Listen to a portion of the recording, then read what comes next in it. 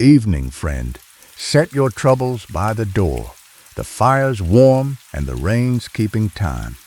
Subscribe if you're new and comment where you're watching from and what time it is there. I read every one. Now lean back. Here we go. Story 1. I lived this one myself. Or I think I did. My memory isn't what it was, and I'll thank you to keep that in mind while I tell it. My name, back then, was Harold Briggs, and on the 3rd day of November, 1957, at 6:30 in the morning, I was standing in the cold dark of my repair shop in Brattleboro, Vermont, reading a letter by the light of a single green-shaded lamp. And the letter was asking me to come fix a clock that, the writer claimed, had been losing the same 19 minutes every night for 46 years. I was 54 years old that fall, and I had been repairing clocks since I was 17, which meant I had spent 37 years of my life bent over other people's time, over their mantel clocks and their wall regulators and their tall case grandfathers, and I want you to understand that there was nothing in this world I believed in more firmly than the idea that a clock is a machine, only a machine, gathering of brass and steel and gravity that either keeps time or fails to, and that every failure has a reason you can hold in your fingers. The letter was from a woman named Adeline Whitaker, and it was written in a hand so careful and so old-fashioned that it looked like something copied out of a school book, every letter rounded, every line level, and she wrote that her husband's tall case clock, which stood in the front room of their farmhouse outside Grafton Hollow, lost 19 minutes between supper and breakfast every night, and had done so since the fall of 1911, and that she had decided at last to have it seen to. She enclosed $2 for my trouble of reading, which was a kindness nobody had done me before or since.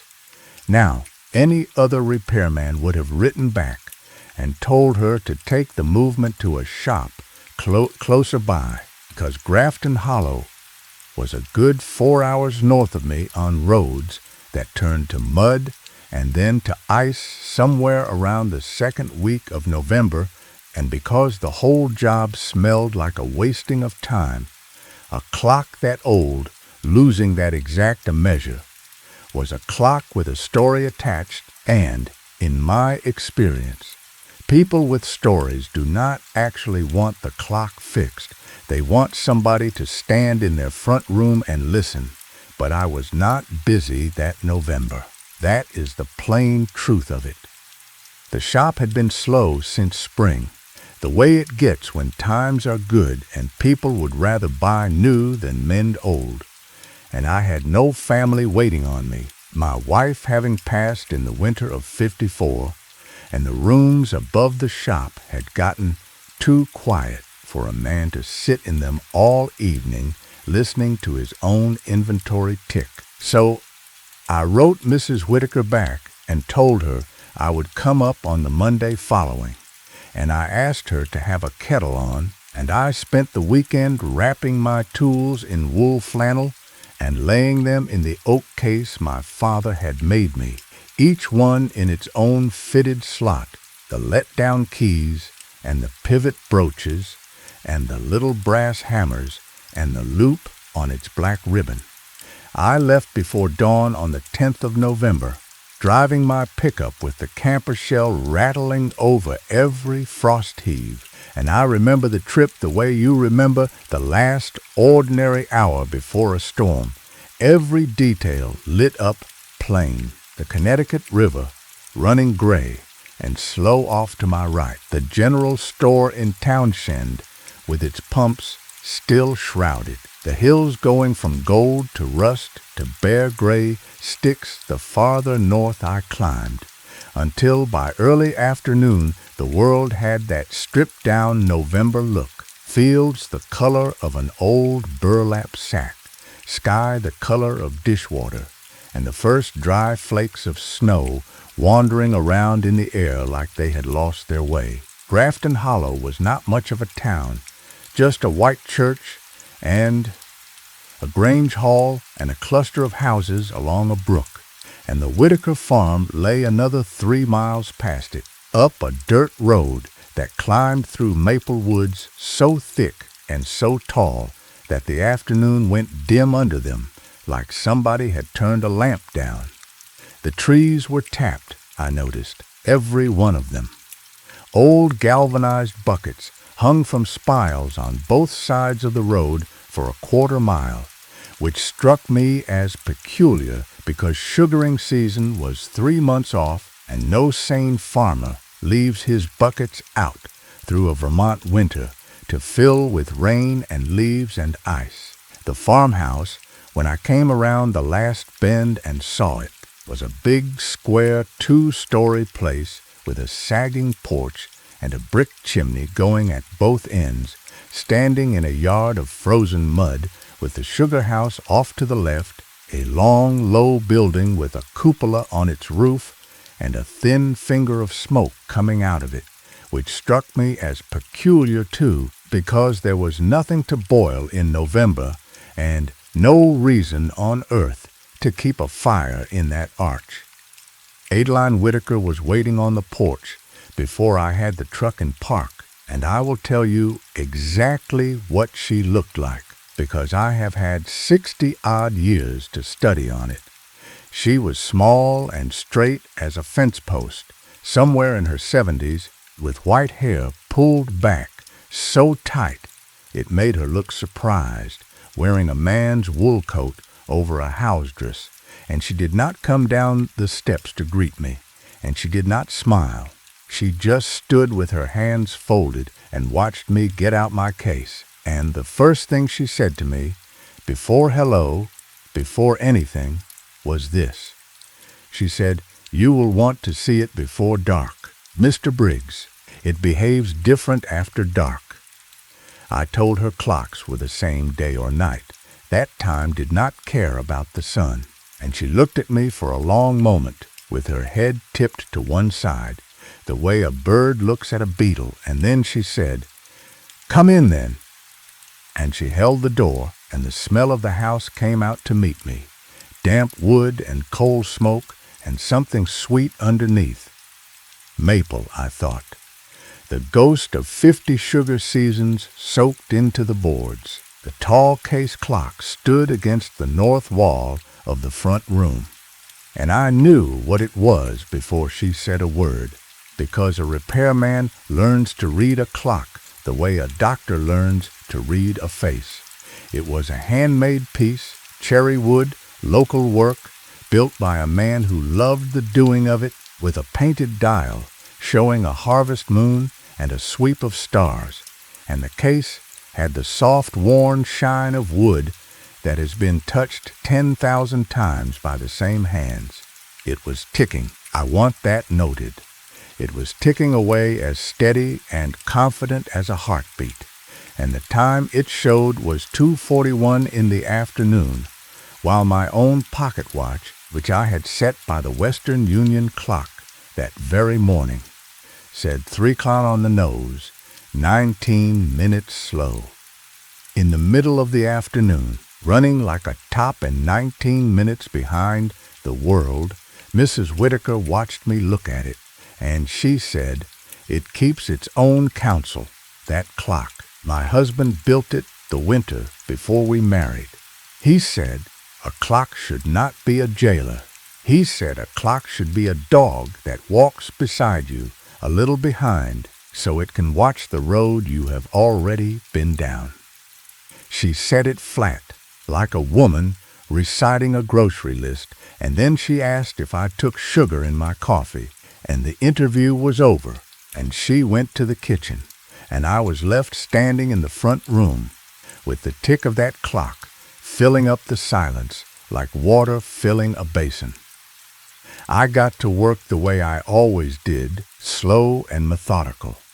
I set my case on the drop-leaf table and laid out my tools in their rows.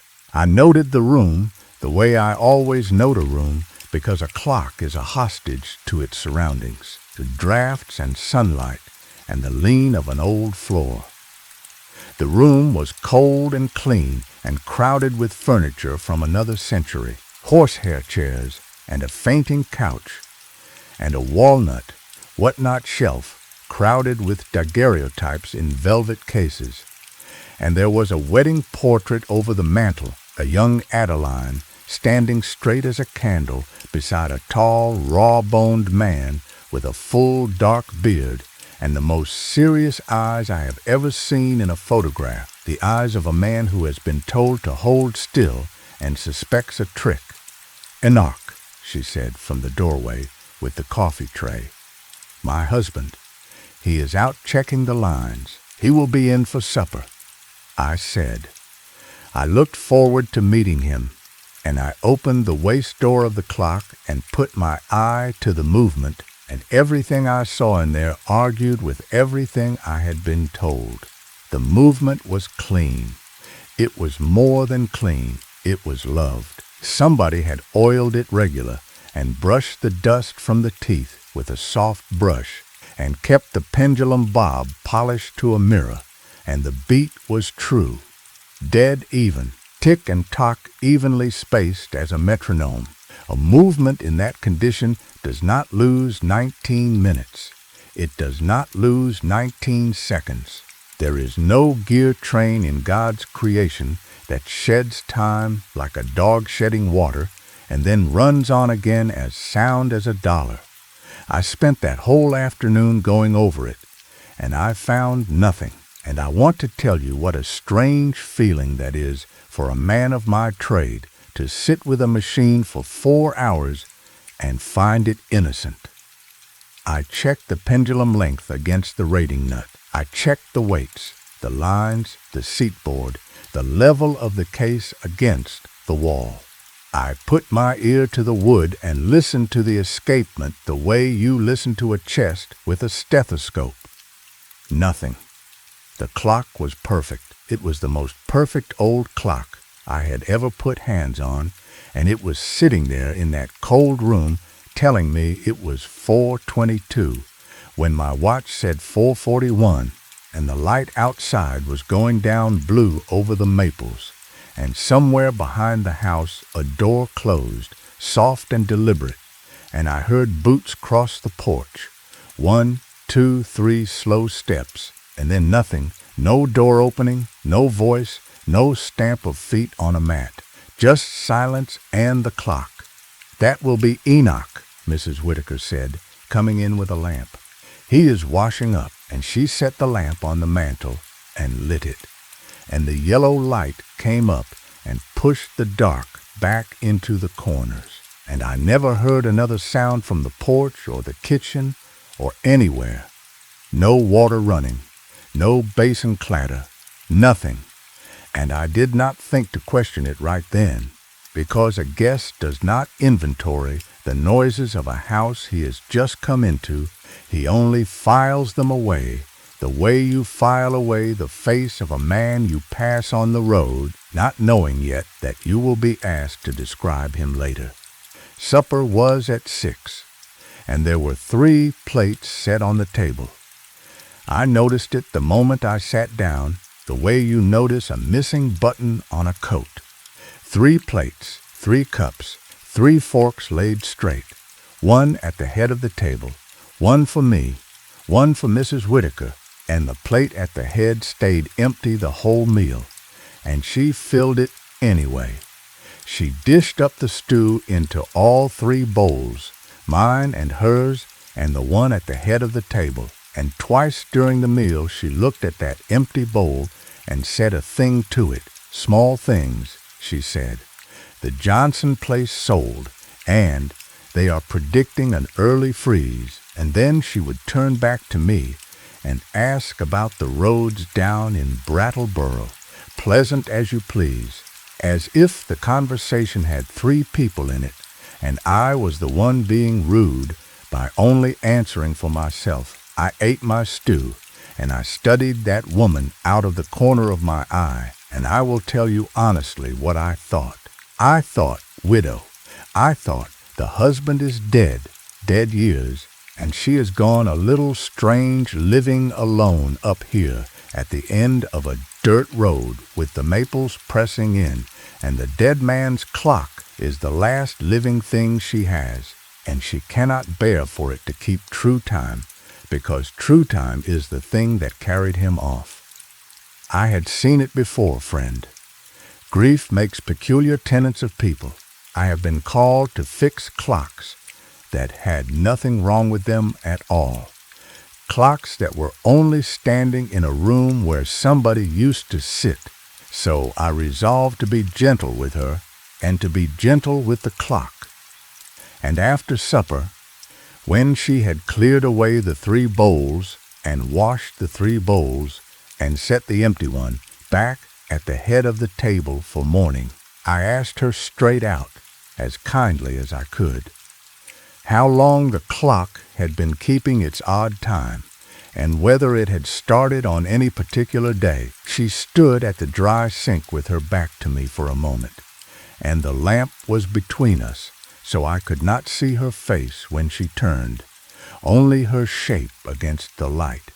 And she said it began the night of the 14th of November, 1911. She said it the way you give a date of birth or a date of death, no hesitation, the number worn smooth from saying. And then she said, I have kept count, Mr. Briggs, 46 years, 19 minutes a night. It has been behind the world by the same 19 minutes since the day I put it there. It has never gained and it has never lost more. A clock that keeps its own counsel, but keeps it faithful. Faithful as a dog, she said, and she picked up the lamp and wished me good night, and told me the guest room was the door at the top of the stairs, and that I should not trouble myself if I heard the furnace in the night, that the house had a way of ticking as it cooled. It was not the furnace. I knew that even then. A furnace pings and pops, random as corn in a pan. What I heard that night, lying in the dark of that cold guest room under 4 wool blankets, was a tick. A slow, spaced, deliberate tick, coming from somewhere no clock should have been, from outside the house, from down the slope in the direction of the sugar house, faint as a man thinking, tick and a long pause, and tick and a long pause. A beat so slow no clock ever made would bother with it. A tick like something enormous and patient, turning over in its sleep.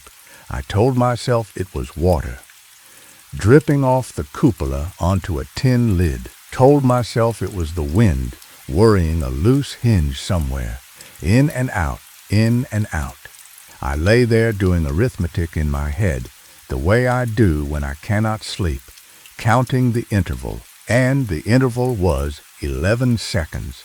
11 seconds between every tick, steady, faithful, and at some point the arithmetic must have tipped over into sleep, because the next thing I knew the room was gray with morning, and there was frost ferned across the inside of the window glass, and my pocket watch, which had been on the nightstand 6 inches from my head all night, my pocket watch that had not lost a minute in 9 years, said 6:41, and the clock on the church down in Grafton Hollow, striking faint through the frozen air as I stood there dressing, struck 7:19 minutes. It had caught the thing like a sickness. I stood there with that watch in my hand, and I will confess to you, friend, standing here by my own fire all these years later, that what I felt was not fear. It was embarrassment, a hot, professional embarrassment, the kind a doctor feels when he catches the fever he told his patient was nothing. I had told that woman clocks were the same day or night. I had lectured her about gravity and brass, and now my own watch, my own Hamilton, railroad grade, was 19 minutes slow, sitting in my palm with its second hand sweeping around as smug and healthy as you like, keeping perfect time, just 19 minutes behind the doing of it. I went downstairs, and Mrs. Whitaker was in the kitchen, and the coffee was already made, and there were 3 cups set out on the oilcloth, steaming. 3.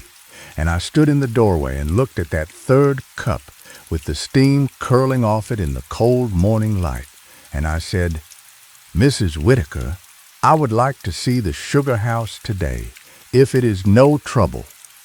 I would like to understand the place the man worked, if I am to fix the thing he built."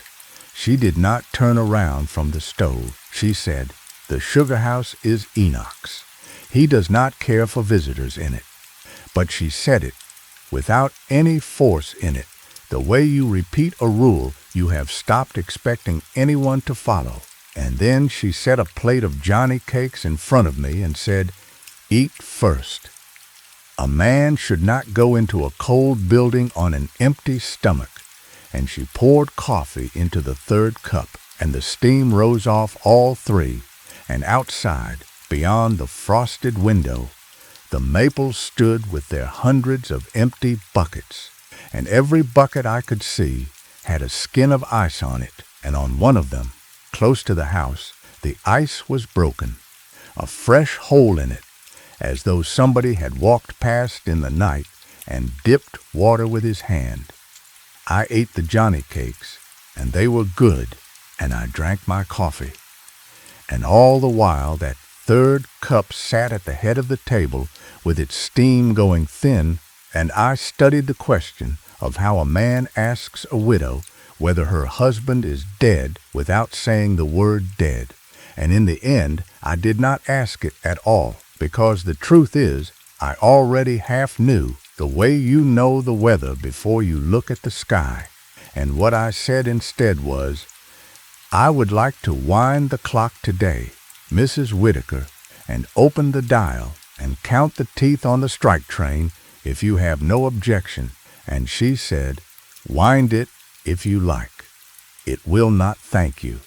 It takes what it takes and gives what it gives, that clock. Enoch built it that way." So while she did her morning chores, I went back into the front room and I opened that clock up like a surgeon. And I will describe to you what I found inside, because it is the part of the story I have never been able to set down easy. The movement was as I had left it, clean and true. But the case, friend, the case was another matter. I had a drop light on a cord, and I was shining it down into the waist of the clock, down past the pendulum, into the dark below the seatboard, and I saw that the inside of the case was marked. The backboard, the whole length of it, from the hood down to the base, was covered in marks, thousands of them, small vertical cuts in the cherry wood, in groups of 5, 4 cuts and a diagonal, the way a man counts cordwood or days in a cell. Some of the cuts were dark and ancient, so old the wood had swallowed them, and some were pale and fresh, and near the bottom of the backboard, down where the case met the floor, there was a space where the tally stopped, and below the last mark, scratched deeper than all the rest, in letters an inch tall, were the words 19 minutes. I sat back on my heels with the drop light in my hand, and the front room was very quiet, and the tick of the clock came down around me like rain on a roof, and I counted the marks. That is what a man of my trade does when the world stops making sense. He counts. I counted those tally marks the whole forenoon, in groups, moving my finger down the backboard an inch at a time, and I lost count twice when the floor creaked behind me, though every time I turned around there was nobody there, only the wedding portrait over the mantel, with the young Adeline and the serious-eyed man watching me from 60 years back. The total, when I finally had it, was 16,790 marks. I did the arithmetic on the back of an envelope, sitting at the drop-leaf table with my coffee going cold. 16,790 nights at 1 mark a night. That is a shade under 46 years of nights. 46 years, from November of 1911 to November of 1957. Somebody had opened the waist of that clock every night for 46 years and cut a mark in the backboard and shut the door again and gone to bed.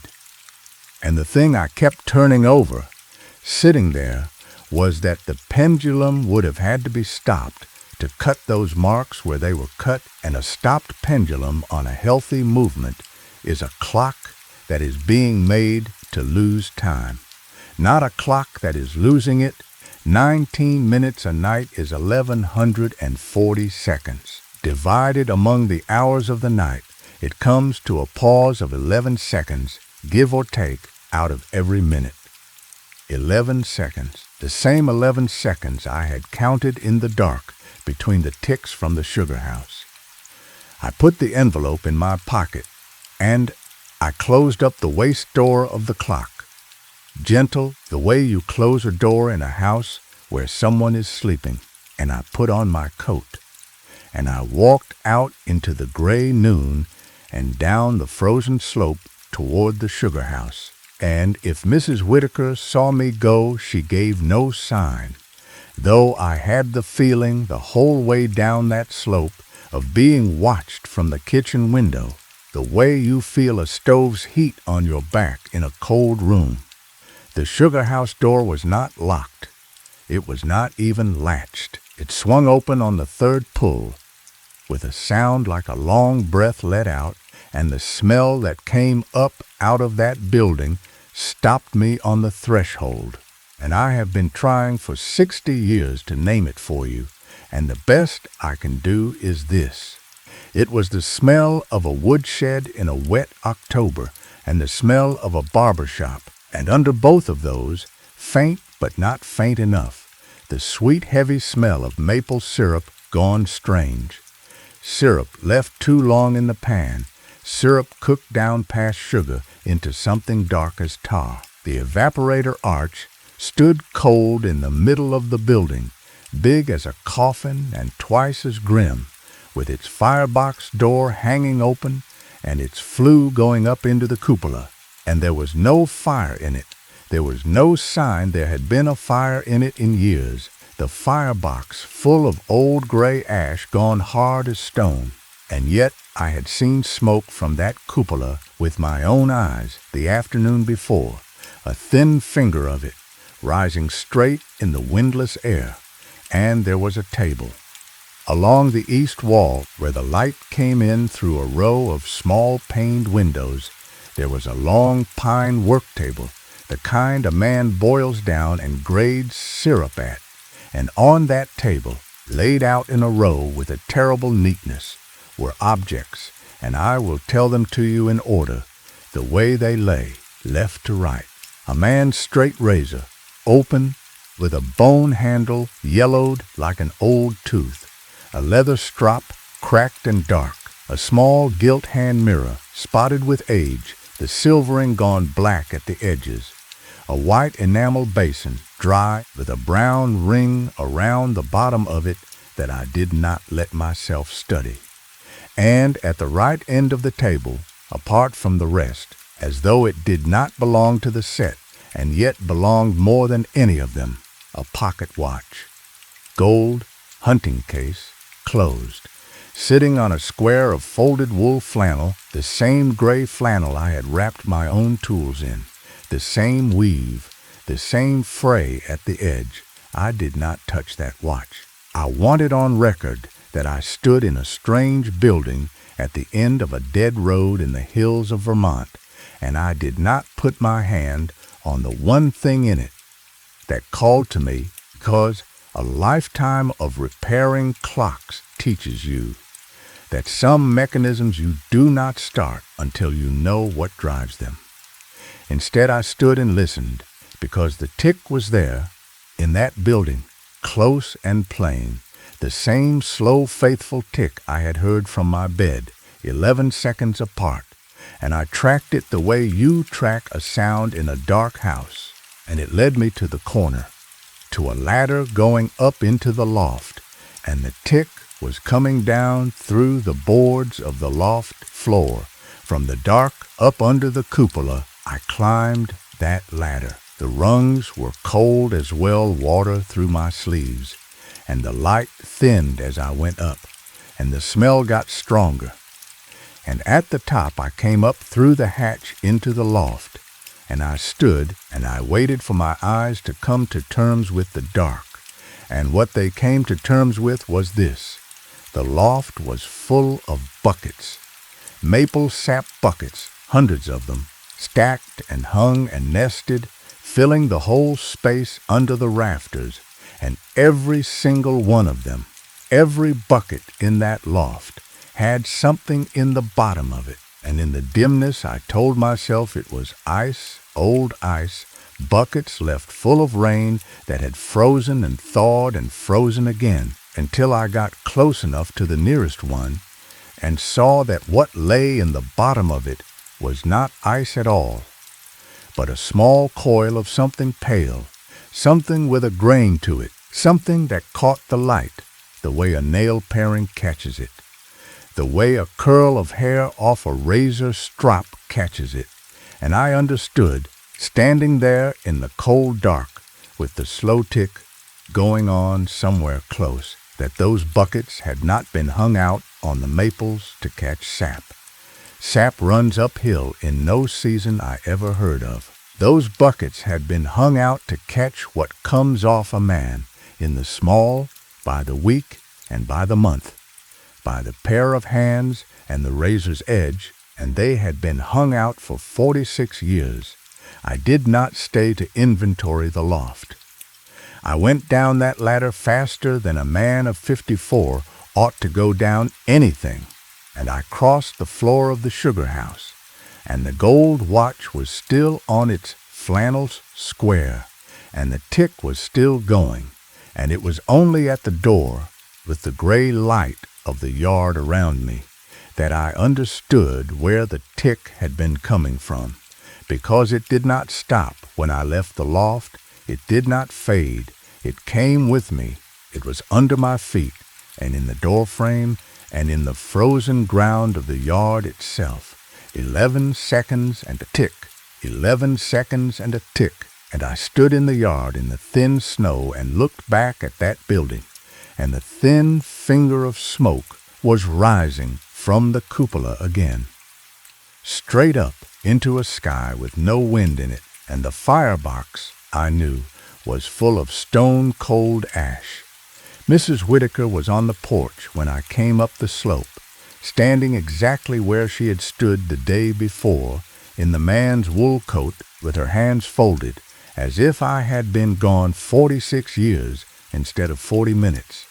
And she looked at me, and whatever she saw in my face, it was not surprise, it was confirmation, the look of a woman watching the last stitch go into a quilt she has been sewing since before you were born. She said, "You have been in the sugar house."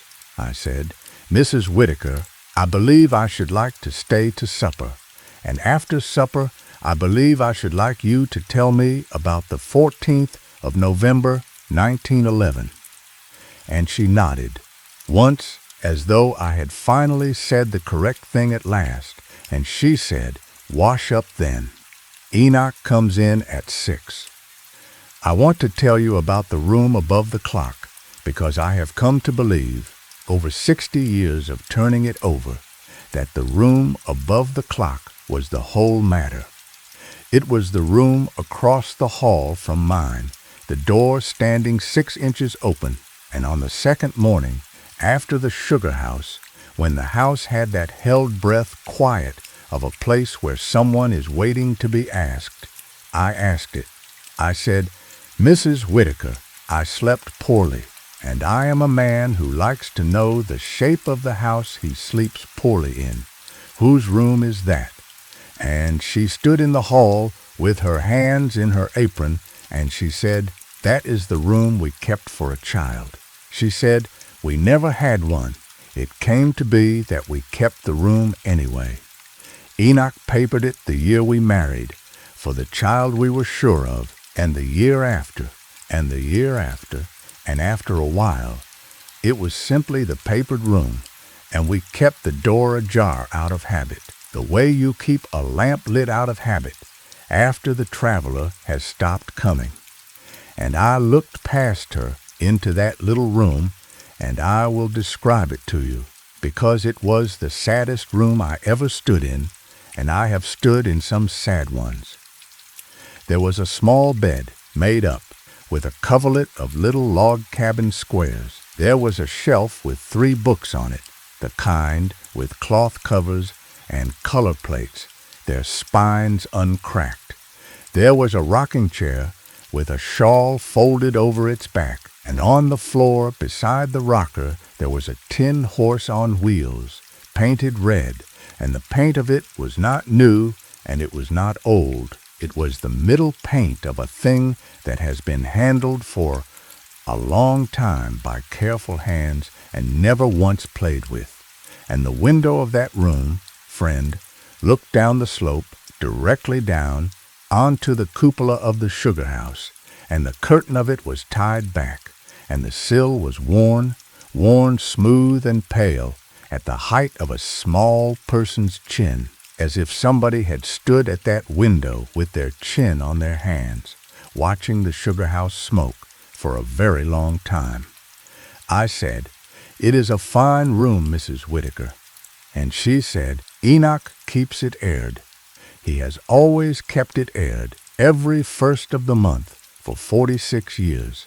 And she closed the door, gently, the way you close a door where someone is sleeping, and she said, "Come along, Mr. Briggs. The coffee will be cold." And we went down, and the clock struck the half hour as we passed it, and I noted, because a repairman notes, that it struck 4, at 9:30 in the morning, 19 minutes slow, and striking the hour of some other day, some other life, some other morning entirely.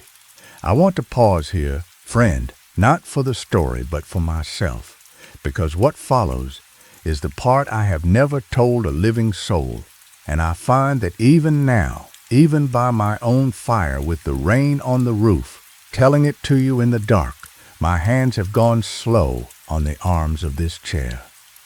So let me say the plain part first, the way I have rehearsed it in my head for 60 years, and then I will say the rest. Enoch Whitaker died on the 14th of November, 1911. He died at 6:41 in the evening, at the head of that table, at supper, with a plate in front of him, and the reason I know the hour so exactly is that his tall case clock, the one he had built with his own hands, the one that had never lost a minute since the day he first hung its pendulum, stopped at the moment of it, and Adeline sat with him until morning, and in the morning she got up and she opened the waist of the clock, and she started the pendulum again with her finger. And from that hour forward, the clock lost 19 minutes a night, every night, faithful as a dog. 19 minutes.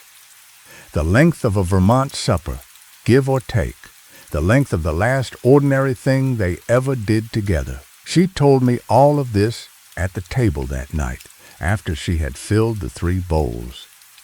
She told it flat and quiet, with her hands around her coffee cup, a woman reciting a field she has plowed so many times the stones have names. And I said, gentle as I could, "Mrs. Whitaker, the man who comes in at 6, the man who washes up, who is that?" And she looked at me with her head tipped to one side, and she said, "Why, Enoch. Enoch comes in at 6. And I said, "Mrs. Whitaker, I have been under this roof a day and a half, and I have heard boots on your porch, and I have heard a door close, and I have not once heard a man speak, or a basin rattle, or a stair take a weight, and the third plate at this table is cold by 6:10 every night, and there is no smell of a body in this house at all. No tobacco, no soap, no wool drying by the stove, and a man of 70 years gives off a smell the way a stove gives off heat. And I said, I do not believe anyone has come in at 6 for a very long time. I believe the only thing that comes in at 6 is 19 minutes. She was quiet for a long time, and the clock ticked in the front room, and outside the sugar house smoke stood up straight in the dark. And at last she said, in a voice so small I had to lean in over my stew to catch it, she said, "Then who has been cutting the marks? Mr. Briggs." And there it was, 16,790 marks on the backboard of that clock, in cuts old and new, some of them so fresh the cherry wood was pale as a peeled apple. And the woman who had begged me to come fix her clock had been counting on her fingers every night of her life, and she had never once, not once in 46 years, cut one of them herself. She thought Enoch cut them. She thought it was Enoch who stopped the pendulum every night, Enoch who took the 11 seconds out of every minute like a tithe, Enoch who kept the clock 19 minutes behind the world so that somewhere, in some room just the other side of 641, his supper was still warm and he was still coming to it. She had built him a whole afterlife out of 19 minutes, and she had furnished it faithfully. 3 plates, 3 cups, 3 bowls for 16,000 nights. And now an old man with a tool case had come up her road in the snow and told her the arithmetic did not work. What was I to say to her? I will ask you plainly, friend, as I have asked myself on 10,000 nights since. What was I to say? That I had stood in her sugar house and seen what was laid out on the pine table, the razor and the strop and the mirror and the basin with the brown ring. That I had climbed into her loft and seen the buckets, hundreds of them, and what lay coiled in the bottom of each, and understood that the bucket on the maple nearest the house, the one with the fresh hole broken in its skin of ice, was the bucket that was being filled still this winter, this year, that the tally in the clock was not a record of nights at all, but of something else, something that was counted in small pale curls and parings, counted out and stored and kept the way a careful farm wife keeps everything, nothing wasted, against a winter that never ends. I said none of it. I am ashamed to tell you, I sat in that lamplight, and I watched her fill the 3rd bowl for the 3rd time, and I said, Mrs. Whitaker, perhaps some clocks are not meant to be fixed. Perhaps some of them keep the only time a house can bear. And she looked at me, and her eyes were wet, and she said, You are a kind man, Mr. Briggs. Enoch said you would be. Enoch said, when I wrote the letter, he said, Write to the man in Brattleboro. He will come. He has no one waiting on him, and his shop has gone too quiet. She said, He knew you would come in November. He has always known what the quiet ones will do. I did not sleep the second night in that house. I lay in the guest room with my coat on and my boots on and my oak case packed and buckled at the foot of the bed, and I listened to the tick from the sugar house, 11 seconds and a tick, faithful, patient, and sometime deep in the night, the coldest hour, the hour when even the rain sleeps. I heard the front room door open below me, soft, and I heard the waist door of the clock open, softer, and I heard a sound I will hear on my own deathbed, friend, and it was the small dry sound of a blade, of a little sharp blade, taking a single careful cut out of cherry wood. One cut.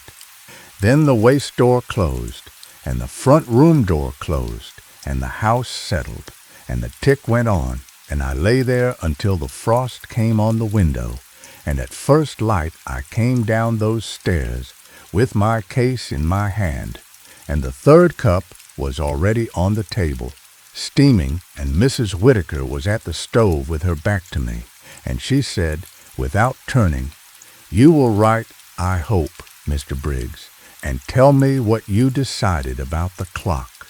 And I said, "I will write."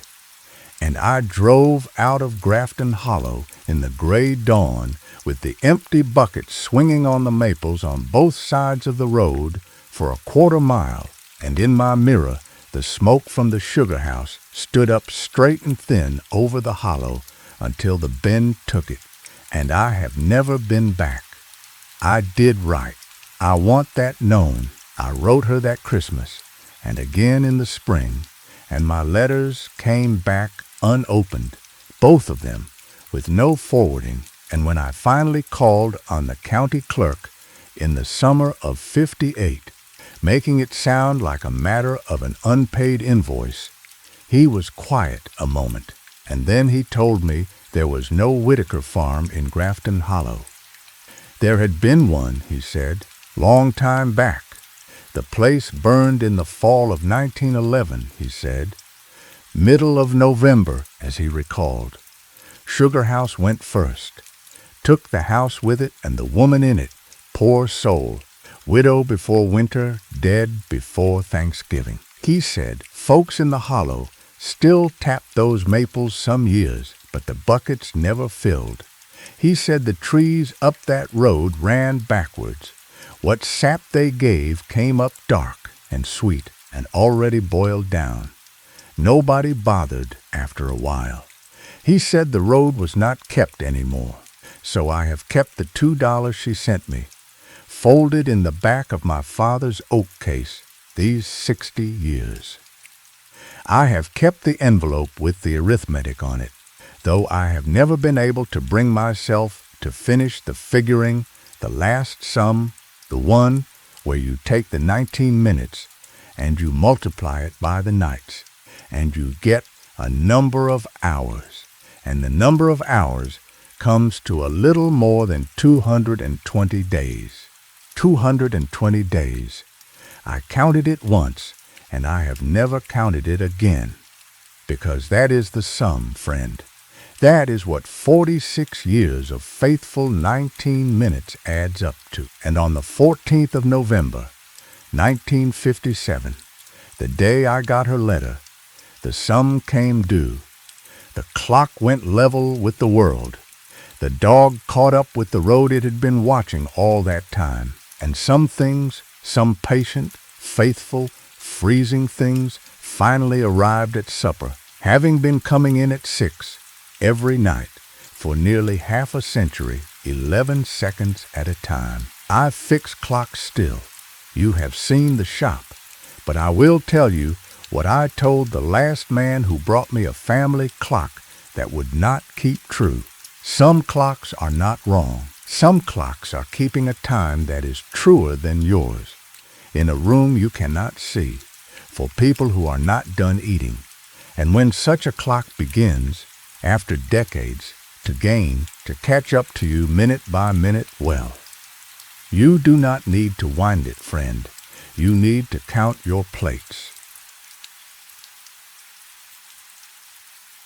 Story 2. A woman told me this in Charleston when I was still working the mail route, and she made me swear on a stack of seed catalogs that I would never use her real name, so I have given her another one, and I have kept the rest of it exactly as she gave it to me, word for word, because some stories you do not improve. You just carry them. Her name, for our purposes tonight, was Margaret Holloway, and on the evening of October the 19th, 1994, at 9 minutes past 7, she was standing in the kitchen of a lake house on the Wisconsin shore of Lake Superior, stirring a pot of soup she had no appetite for, when the telephone on the wall rang, and a man's voice she did not know said her first name, said Margaret. in a tone of mild disappointment, "The way you speak to a dog that has gotten into the trash."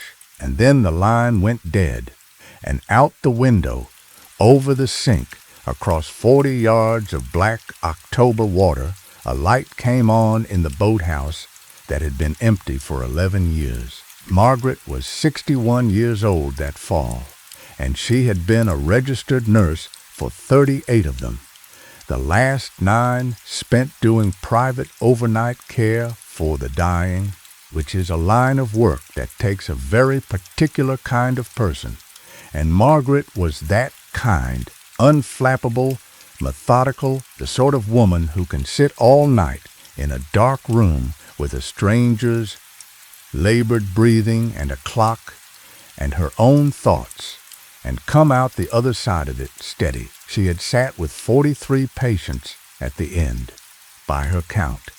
She kept their names in a little notebook, not out of morbidity, but out of respect, because she believed that somebody ought to keep a list of who had been seen out properly, held by the hand, spoken to by name. The lake house belonged to a family named Sorensen, and the patient was the mother, Ruth Sorensen, 84, heart failure, weeks left at most. And Margaret had been hired to sit with her 4 nights a week, 8 in the evening until 8 in the morning, while the daughter, a tired, kind woman named Beth, slept in the back bedroom and did the days. It was good work, as such work went. The house was warm and well kept, a big cedar-sided place on a point, with the lake on 3 sides and a stand of birch rattling its last leaves, and Ruth was a gentle patient, mostly asleep, sometimes lucid, fond of weak tea and of having her hair brushed, and she had taken to calling Margaret by her sister's name, calling her Dorothy, which Margaret answered to without correcting, because correcting the dying is a cruelty and costs them strength they need. The boathouse. Now, you need to know about the boathouse, because everything in this story hangs on it the way a door hangs on its hinge. It stood at the end of the Sorensens' dock, a weathered gray building on stone piers out over the water with a second floor, a little room up top with windows on all 4 sides, and it had been shut up since the fall of 1983, when the Sorensens' son, a boy of 20 named Daniel, had drowned off that dock on a night in early October, in water 40 degrees cold, and the family had closed the boathouse and locked it and never opened it again. Beth had told Margaret all of this on the first night, standing in the kitchen, in the flat, practiced voice of a person who has told the worst fact of her life so many times it has gone smooth as a river stone. She said, "Mother likes the window open. She likes to hear the water." She said, "If she asks about the light, tell her it's the dock light. She'll ask about the light. Tell her it's the dock light and it's on a timer." Margaret had not asked what light.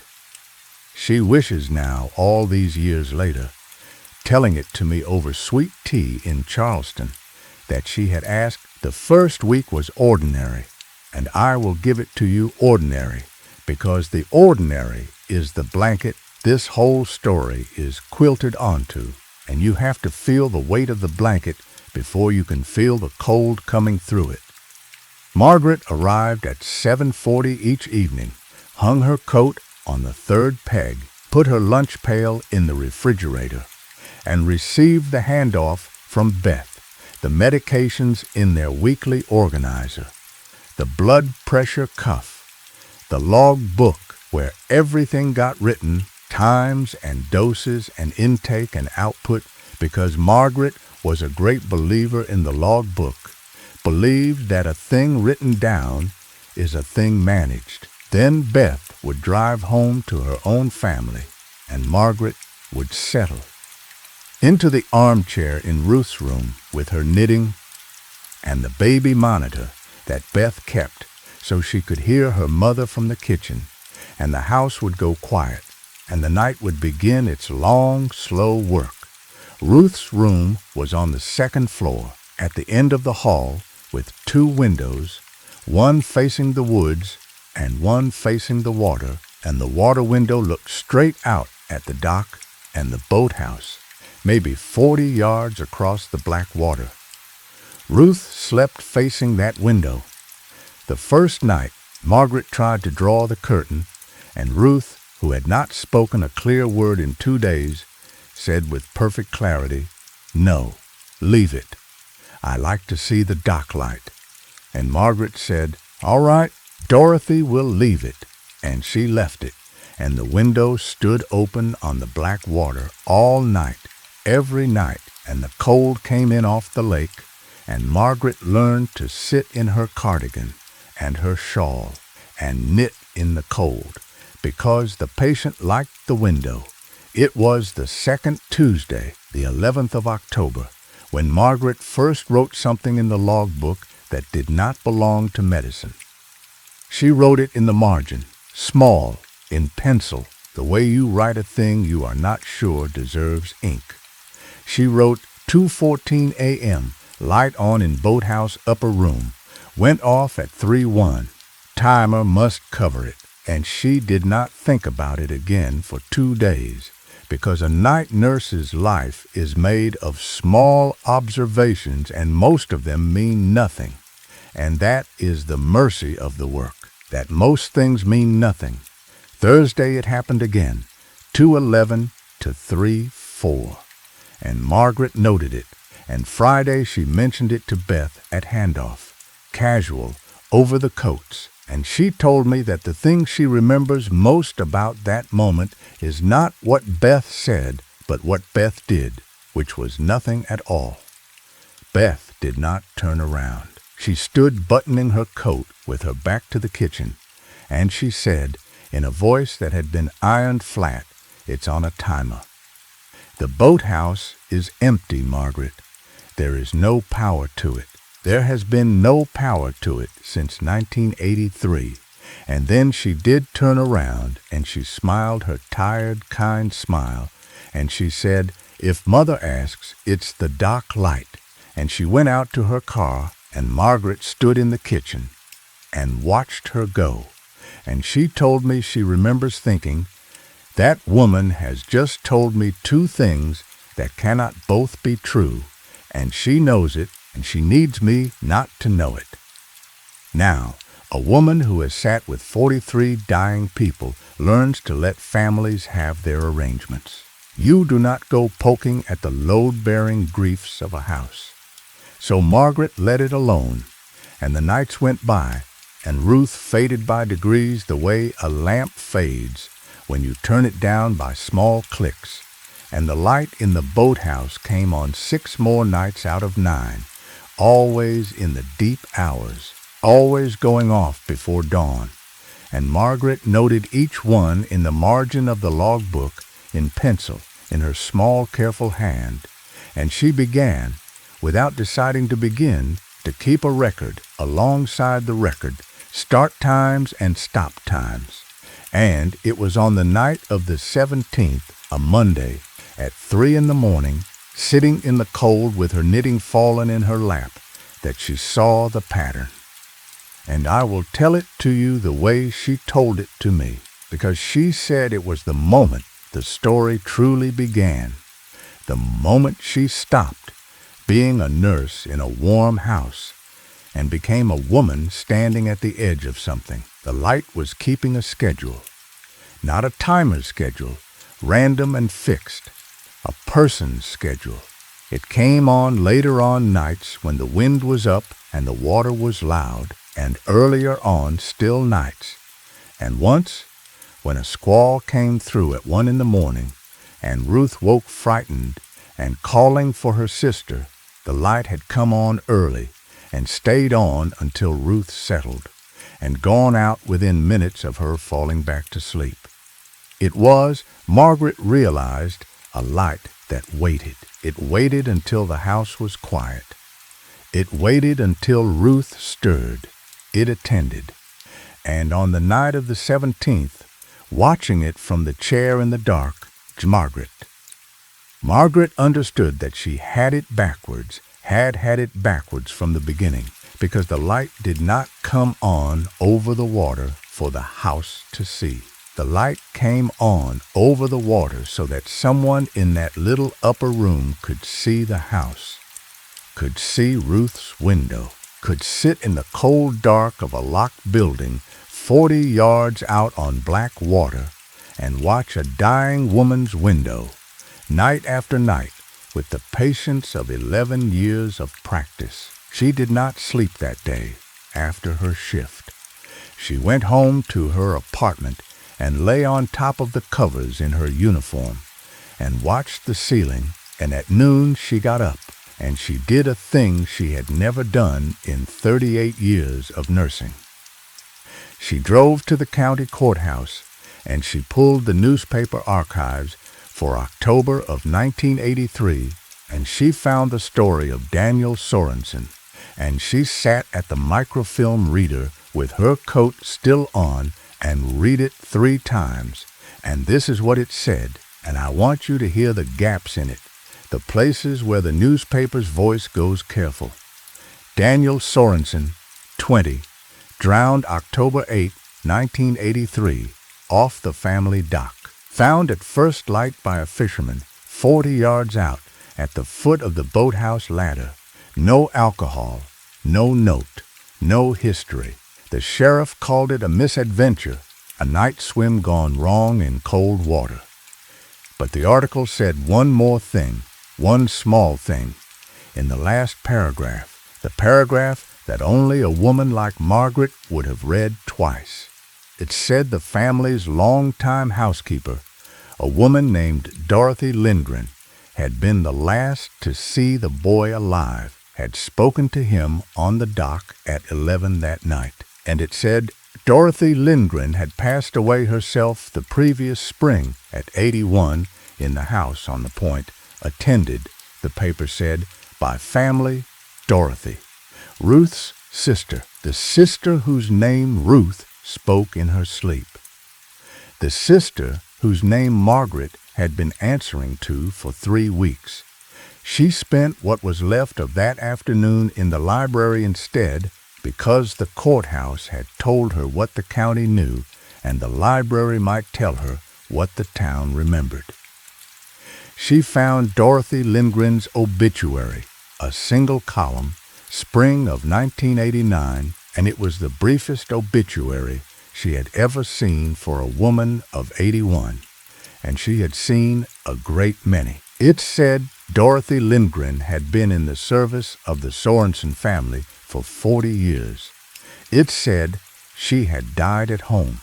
It did not say where home was, and there was no photograph, and there was no funeral notice, no church, no survivors, no flowers requested or declined, nothing, just the flat little column. And Margaret told me she sat in front of that microfilm with the particular stillness of a nurse who has just read a chart that contradicts itself, because she knew the Sorensen house. She had been working in it for 3 weeks, and there was no room in that house where a housekeeper had ever lived. No room with that worn-down 40 years of somebody feeling. Every bedroom was a family's bedroom. Every closet held the family's coats. Wherever Dorothy Lindgren had lived for 40 years, it was not in the house on the point. She asked Ruth about it. That evening, the 18th, in the window of lucidity that came some nights after the evening medication, when Ruth's eyes would clear for an hour and she would talk, soft and wandering about the old years. Margaret brushed her hair, the way Ruth liked, 100 strokes, and she said, casual as she could manage, "Ruth, tell me about Dorothy." And Ruth smiled at the window, at the black water and the dark shape of the boathouse against the stars.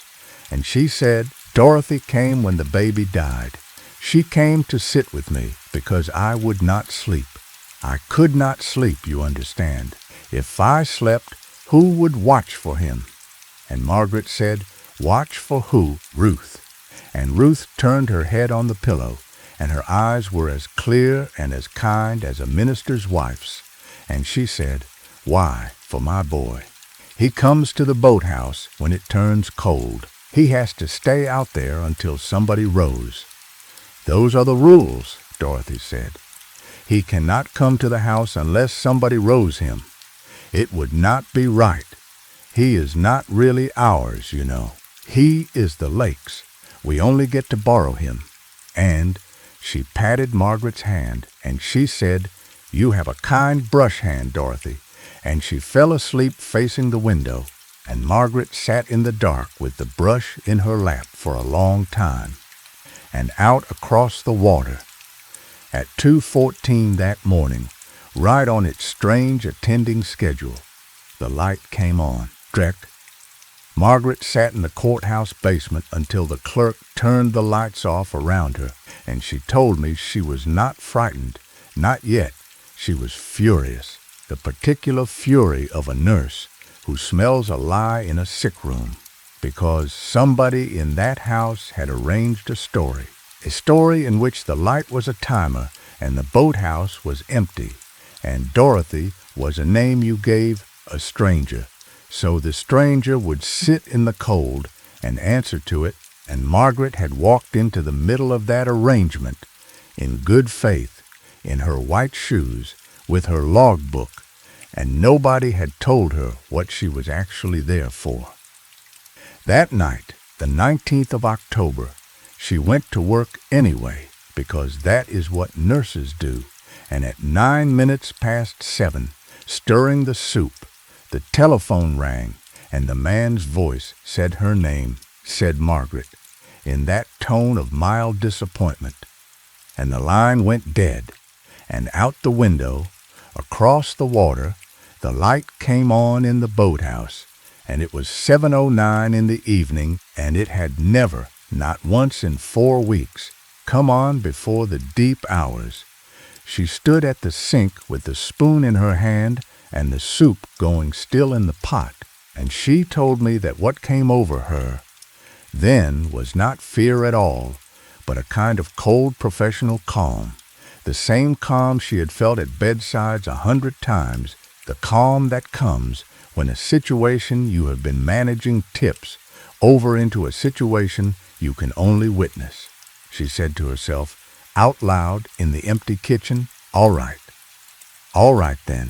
And she took her coat off the third peg, and she took the big flashlight from the drawer, and she walked down the lawn to the dock.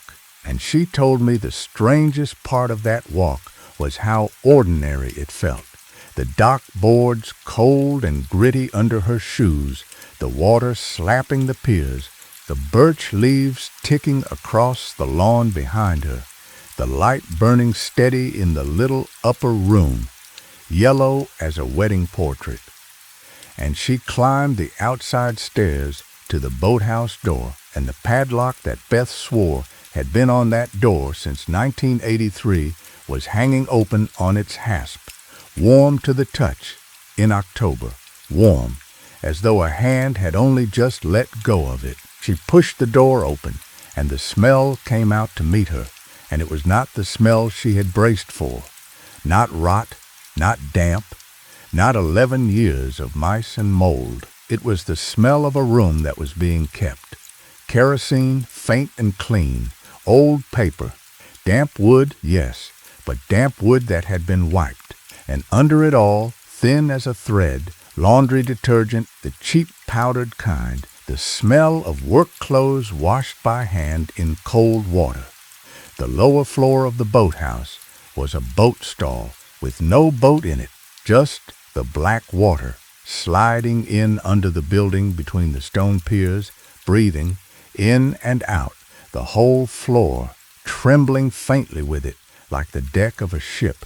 And the flashlight beam went over the walls and found pegboard and tools and coils of line hanging in a row, so neat it hurt to look at, and Margaret stood there with her heart, going like a fist on a door, and understood that this building had not been shut up for 11 years. This building had been swept regularly by someone who coiled line the way her father had coiled line, in flat loops hung from the top, each loop the length of a tall man's arm. The stairs to the upper room were inside, against the north wall, and the light was coming down them, and the light was coming down them, yellow and steady. And Margaret told me she wants you to know that she thought about going back. She wants it in the record that she stood at the foot of those stairs a full minute. A sensible woman, 61 years old, with a phone in a warm kitchen 40 yards away, and a sheriff's number in the book. And she considered it all, and then she thought of Ruth's window, and the light that attended it, and the boy in the cold water in 1983, and the voice on the telephone saying her name in a tone of mild disappointment, like a man correcting a nurse's chart, and she put her foot on the first stair and went up. The upper room was small and square, with a window on each of its four walls, the way she had seen from the house, one window for the woods, one for the open lake, one for the open lake, one for the channel, and one for the house, for Ruth's window, and the room was furnished, and I will give you the furniture in order, the way she gave it to me, because she said the order mattered to her. She had walked the room clockwise, like a nurse doing rounds. A camp cot, made up tight, hospital corners, with a gray wool blanket folded at the foot, a kerosene lamp on a crate, lit, burning low and clean, its chimney wiped to a shine, a straight chair pulled up to the window that faced the house, and on the floor beside the chair, a thermos, green, dented, the old kind with a cup for a cap, and the cup had steam coming off it. And on the windowsill above the chair, where a man sitting watch would rest it, there was a log book. It was the twin of hers, the same black cover, the same red spine, the same kind Beth bought in boxes for her mother's care. And Margaret stood in the doorway of that little lamplit room and looked at a log book on a windowsill 40 yards across the water from her own, and she told me that the horror of that moment was not a thing she felt in her body at all. It was a thing she felt in her profession, the way you would feel it, she said, if you opened a patient's chart and found that somebody had been charting alongside you all along, in your own format, in neater handwriting. She read it. Of course she read it. She had come up the stairs for nothing else. It was ruled in pencil, times, and observations, and the entries went back, when she thumbed it, 11 years. 11 years of nightly entries in a small slanted hand, and the early ones were brief. The early ones said things like, Mother, quiet, tonight, and Mother walked the garden twice, and D. sat with her until 2. And the entries from 1989 onward had a new line in them, because that was the year Dorothy Lindgren died. Dorothy, who had sat with Ruth, Dorothy whose name Margaret answered to, and after that the entries said, D gone now, I sit alone. And then, some years on, B has hired a day girl, and then 3 years of day girl, no one at night, Mother alone at night, the handwriting pressing harder each time. And then, 4 weeks back, dated the 2nd of October, 1994, an entry with a line under it, and the entry said, B has hired a night nurse, name of Margaret, sits in D's chair, answers to D's name, and the next line said she is not Dorothy, and the last entry, dated that very night, the 19th of October, 1994, in the same slanted hand, said only, Margaret is awake in the kitchen. Margaret is not afraid of the water. I have watched her not be afraid of it for 4 weeks. Perhaps Margaret will do. She did not hear him come up the stairs. She wants that understood too, that a woman with 38 years of night duty, a woman who could hear a patient's breath change through a closed door, heard nothing, not a stare, not a board, not a breath, nothing but the lake going in and out under the floor, and then the lamp flame bent, once, as though something had passed close by it, and the window that faced the open lake, the window to her left, went dark. Not dark as in the light going out, dark as in blocked, the shape of a man's head and shoulders against the gray of the night lake from outside, from the side of the building, with no landing, no ledge, no ladder, 40 feet of wet gray shingles above black water, and the shape did not move, and Margaret did not move, and the room went very cold, and the thermos cup on the floor steamed on, companionable as anything. And Margaret said, into the silence, in the voice she used on frightened patients, the voice she had used on Ruth 100 times, she said, "You must be Daniel." The shape on the glass did not speak, but the lamp flame bent again, and this time Margaret felt it on the back of her neck, a breath, faint and cold, smelling of lake water, and the voice, when it came from nowhere in the room, and from the whole room at once, came the way a foghorn comes, from the direction of everything, and it was a young man's voice, and it was a tired voice, and it said politely, with terrible courtesy, "Mother likes the window open." And then, after a moment, in that same flat, mild tone of disappointment she had heard on the telephone, it said, "She has been waiting for someone to sit the whole night. Dorothy only ever sat till 2. You sit till morning. I have watched you. You are the one who sits till morning." Margaret told me she did not scream and she did not run, and she has thought about it for 30 years and decided that the reason was simple, that it was the training, that a nurse does not run from a room where something is wrong. A nurse charts it. So she stood in that lamplit room with the shape on the window glass and the cold breath on her neck, and she said, "What happened to you, Daniel, in October of 1983? What happened on the dock?" And the room was quiet for so long that she thought it was over, that whatever credit her courage had bought her was spent. And then the voice came again, out of the fog and the lamp flame and the walls, and it said the thing that Margaret carried out of that boathouse and down the dock and into the rest of her life, the thing she told me in Charleston with her hands wrapped around a glass of sweet tea gone warm, and it said, "I did not fall." The logbook, it said, the housekeeper's book, Dee's book. It is in the wall of the stairwell, behind the third board. Read the last page.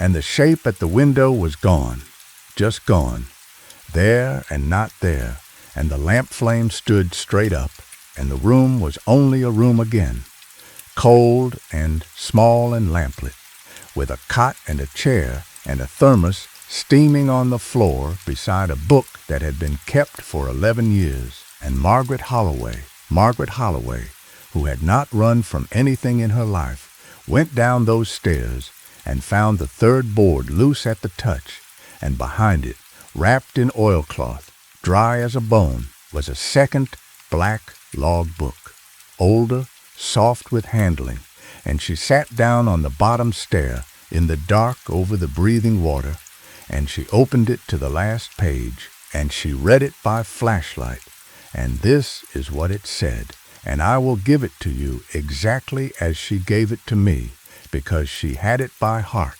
She said she had it by heart for 30 years. The last page was dated October 8, 1983. It was in a different hand than the rest of the book, a rushed hand, a hand writing fast by bad light, and it said, "I am writing this because someone must. tonight R told me at last what the nighttime is for. She has been going down to the dock since the boy was small. She told me she was not Daniel's mother. She said the boy came up out of the water. The night the first Daniel died, the night the baby died, in 1964, came up out of the lake and knocked, and she let him in. And he grew, she said. He grew the way the lake grows things, slow and cold, and he has been her son for 19 years, and every October he must be fed. She said a lake that gives you back your child sends the bill in October. She said, Dorothy, I cannot do it this year. I am too old to row.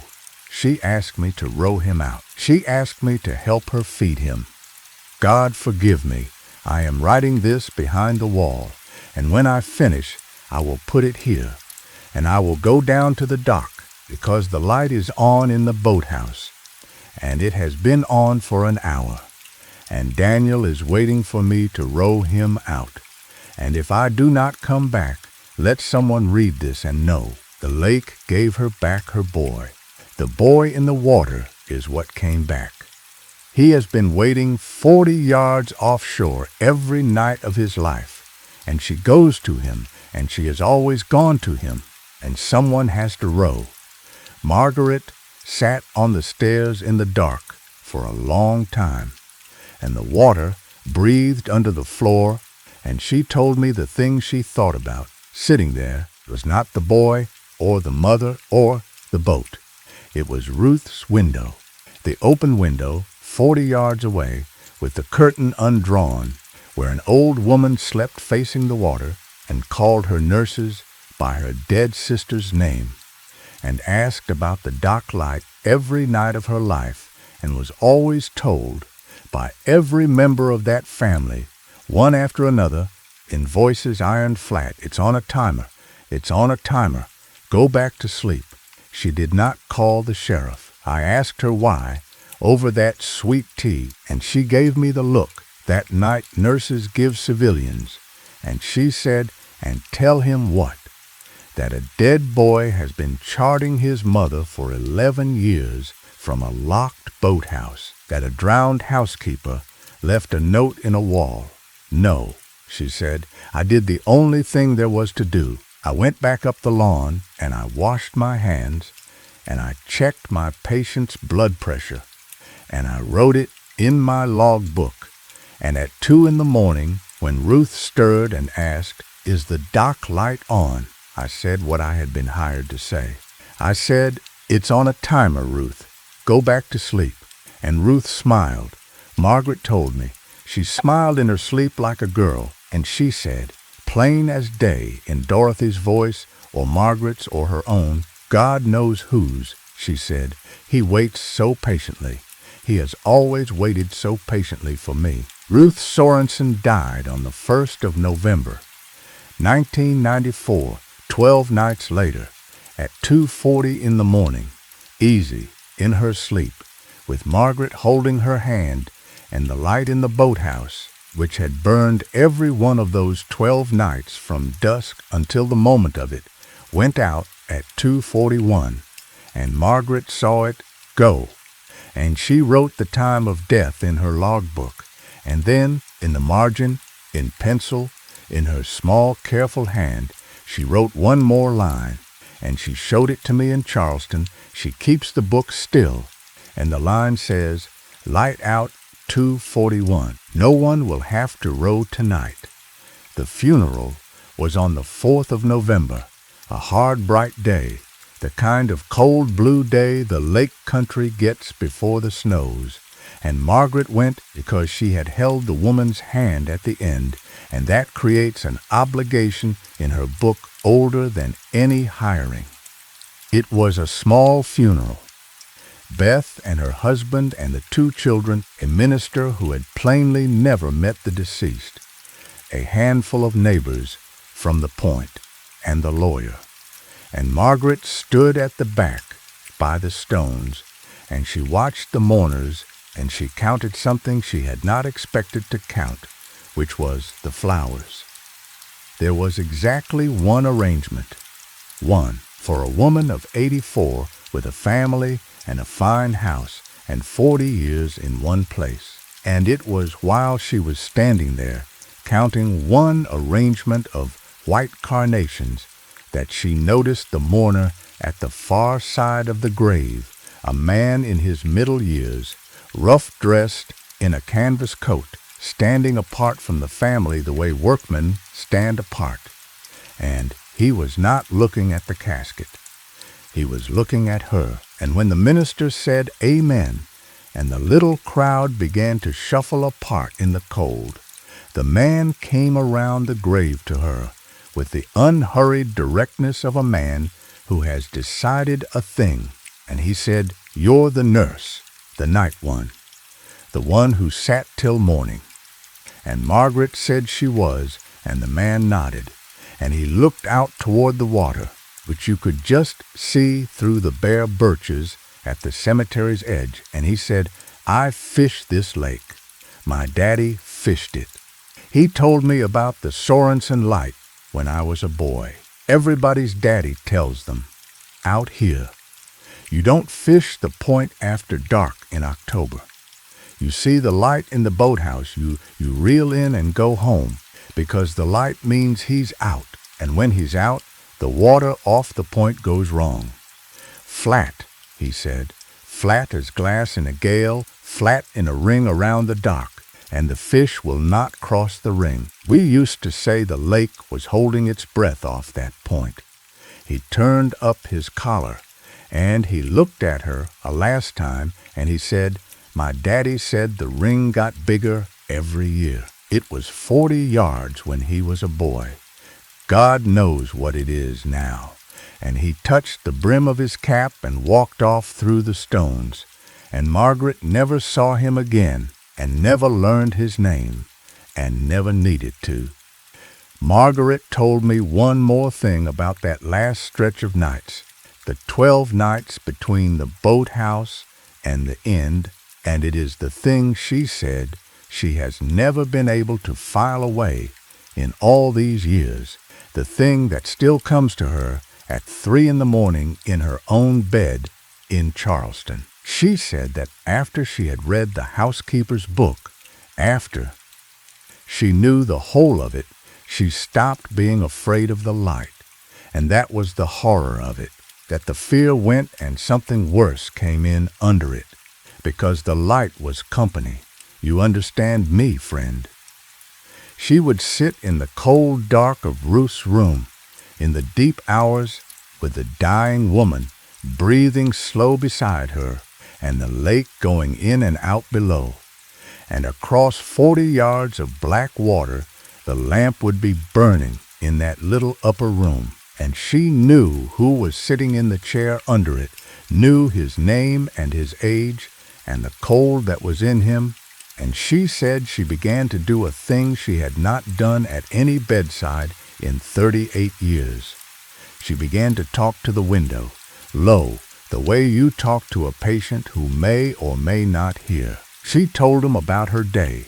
She told him about Ruth's blood pressure, about the soup, about the birch leaves coming down.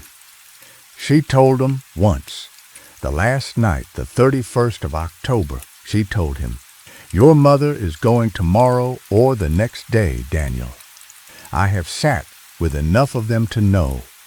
And she said the lamp across the water burned steady all that night, steady and low, and at dawn, when it should have gone out, it stayed on an extra hour, burning pale against the gray morning, the way a light burns when the one tending it has fallen asleep in the chair, or is sitting in it with his face in his hands. She said, "I had been afraid of that light for a month, and at the end, the last morning, I stood at the window with my coat on, waiting for Beth's car, and I looked at it burning pale in the day, and I lifted my hand to it. That is the thing I cannot file away. I lifted my hand to it like a neighbor, like kin, and the lamp in the boathouse window dipped, once, deliberate, the way you nod back. But that is not the end of it, friend, and you knew it was not, because a story like this does not end at the graveside. Beth sold the lake house the following spring to a young couple from Milwaukee, and Margaret, who had kept in touch the way you keep a hand on a door you have closed, drove up that June for the closing as a kindness to help Beth sort the rooms. The young couple had plans. They were going to gut the boathouse. They said, make it a studio. All that glass, all that light. And Margaret stood in Ruth's old room in the cold, with the window open on the water.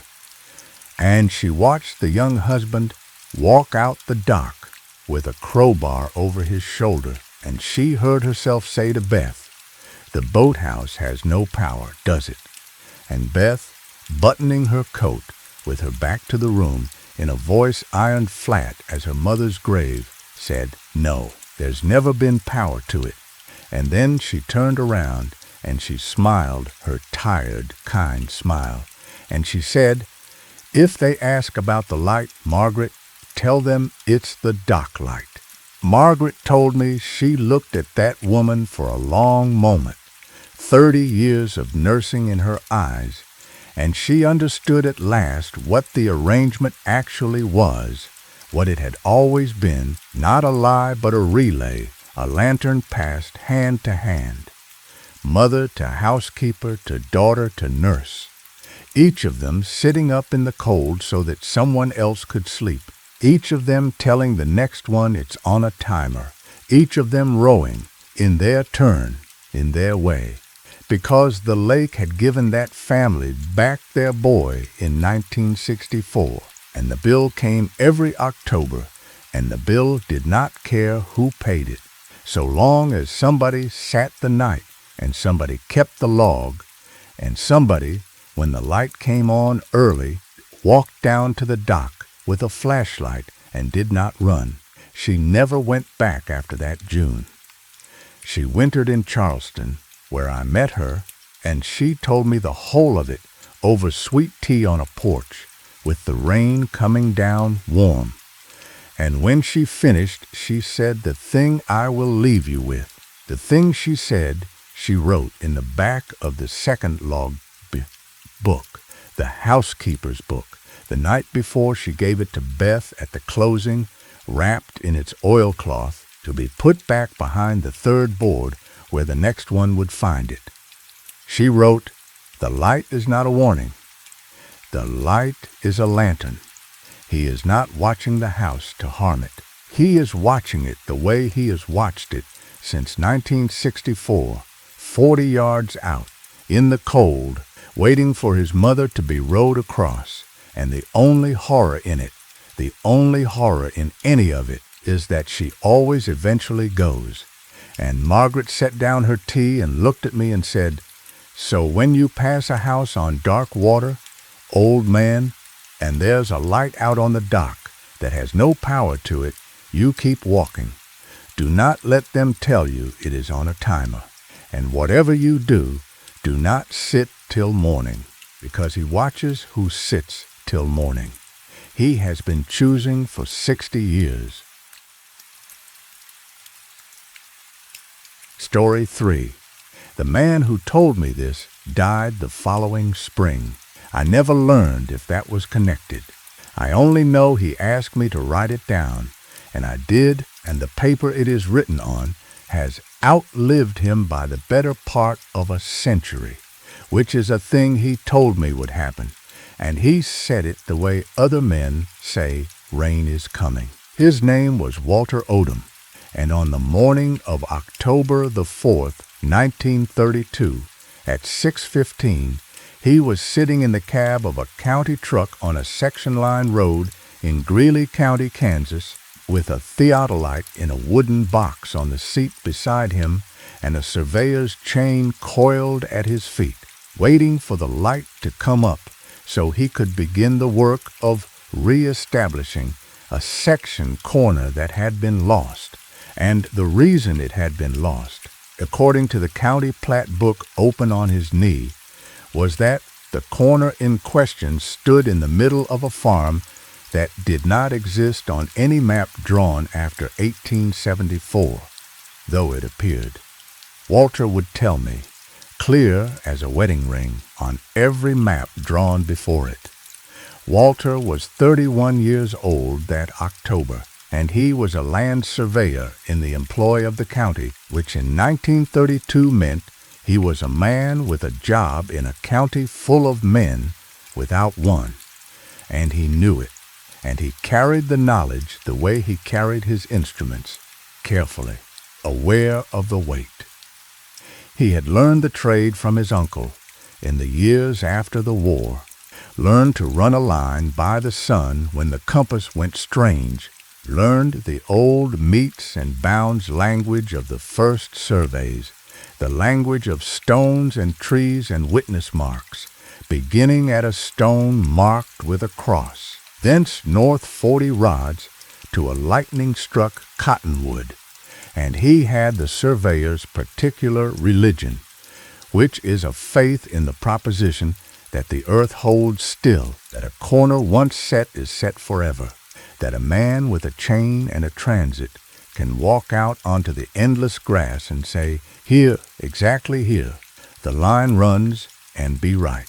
The job that October morning came to him from the county clerk, a nervous man named Purvis, and it came with an odd instruction. A back east bank had foreclosed on a string of farms along Sand Creek, and in the paperwork, in the legal description of one parcel, there was an ambiguity, a reference to a quarter section described in the 1874 survey, but absent from every plat since, 160 acres that the county tax rolls had simply never carried, as if the land had been forgotten the day after it was measured. The bank wanted the corner reestablished and the acreage confirmed before auction. And Purvis, handing Walter the folder, had said a peculiar thing, and Walter told me he remembered it word for word because it was the first note of the whole strange music. Purvis said the last man the county sent out there was Griggs. In 1911, he came back in 2 days and said there was nothing to survey. He quit the service that winter. The folder was in his handwriting, so you can see for yourself he found something. He just never said what. He wrote nothing, but the word held. Walter drove out before dawn, as I said, and he described that drive to me in the patient detail of a man who has told the story enough times to know which parts to keep. The land out there was the flattest land God ever made, he said. Table flat to the horizon in every direction, the buffalo grass cured to the color of a lion's hide. The sky so enormous it made a man feel he was walking on the bottom of a bowl turned upside down. The farmhouses along the section road stood abandoned by then, most of them blown out by the dust that was already beginning, their windows like the eyes of something dead, and the fences were drifted to the wire with blown soil, so that the posts marched across the drifts like markers over graves. He said the only green thing in the whole township was a single cottonwood, far off, standing where no creek ran, and he made a mental note of it, because a surveyor notes solitary trees, trees that old grew where the first surveyors camped, and sometimes above what they buried. But before the strange pages, before the mound, I want to give you the town, because Walter gave me the town, and he said a man who skips the town has skipped the part that explains everything else. Greeley County in 1932 was dying by inches, and it was dying in a particular way that Walter, who measured land for a living, measured whether he meant to or not. The farms were going one by one, and each one went the same way. First the garden went, then the front fence, then the barn roof, then the people, and last of all the house. And the house stood empty, after with its curtains still up, and Walter said you could tell how long a place had been empty by the curtains, because the dust took them in stages, bleached them first, then stiffened them, then brought them down. He said the strangest thing about that country in those years was not the emptiness, but the order of it. Whole sections going to grass with the dead furrows still in them, straight as ruled paper, as if the land were a ledger and somebody had stopped writing in the middle of a page. And he said that was the thing a surveyor understood that other men did not. Driving those roads, the land does not forget the lines. You can abandon a farm, burn a house, salt a field, and the section lines are still there, under the grass, under the drifted soil, held. The lines outlast the people. He said he used to find comfort in that in the early years. He said it is a cold comfort, and he learned it too late, and the learning of it is this story. He found the section line easy enough, and the corner mound of the section to the south, and he set up his instrument over the true corner and ran his line north, chaining it out, and at half a mile, where the lost quarters corner should have stood, he found nothing. No stone, no mound, no pit, no witness, just the flat grass and the wind. And this, Walter told me, is where an ordinary surveyor writes no monument found in the book and goes home. But Walter was young, and the job was the job, and the 1874 survey notes, which he had copied out of the archive in his own hand, described the corner with a surveyor's precision, a limestone post, they said, set by Deputy Surveyor E. Calloway, October 1874, with a pit and mound to the north, and one witness, a cottonwood, then 6 inches through, bearing a blaze, the cottonwood. Walter stood in the wind with the 1874 notes in his hand and looked at the single green tree on the horizon, standing where no creek ran, and he told me he felt the first small, cold touch of it then, though he did not have a name for it yet, because the tree was northwest of him, a good distance, and the notes said, "The witness tree stood 20 rods northeast of the corner, and a tree does not walk, and yet a surveyor who trusts his chain has to consider the other possibility, the possibility that the earth under him was not where the map said it was." He described the sky to me too, that morning, and I kept it out until now, because it is the detail that will not behave, the one that sits wrong, no matter how many times I set it down. Walter said the sky over that part of the county was the wrong blue, not storm blue, not haze blue. It was the blue of late afternoon, all morning long, he said.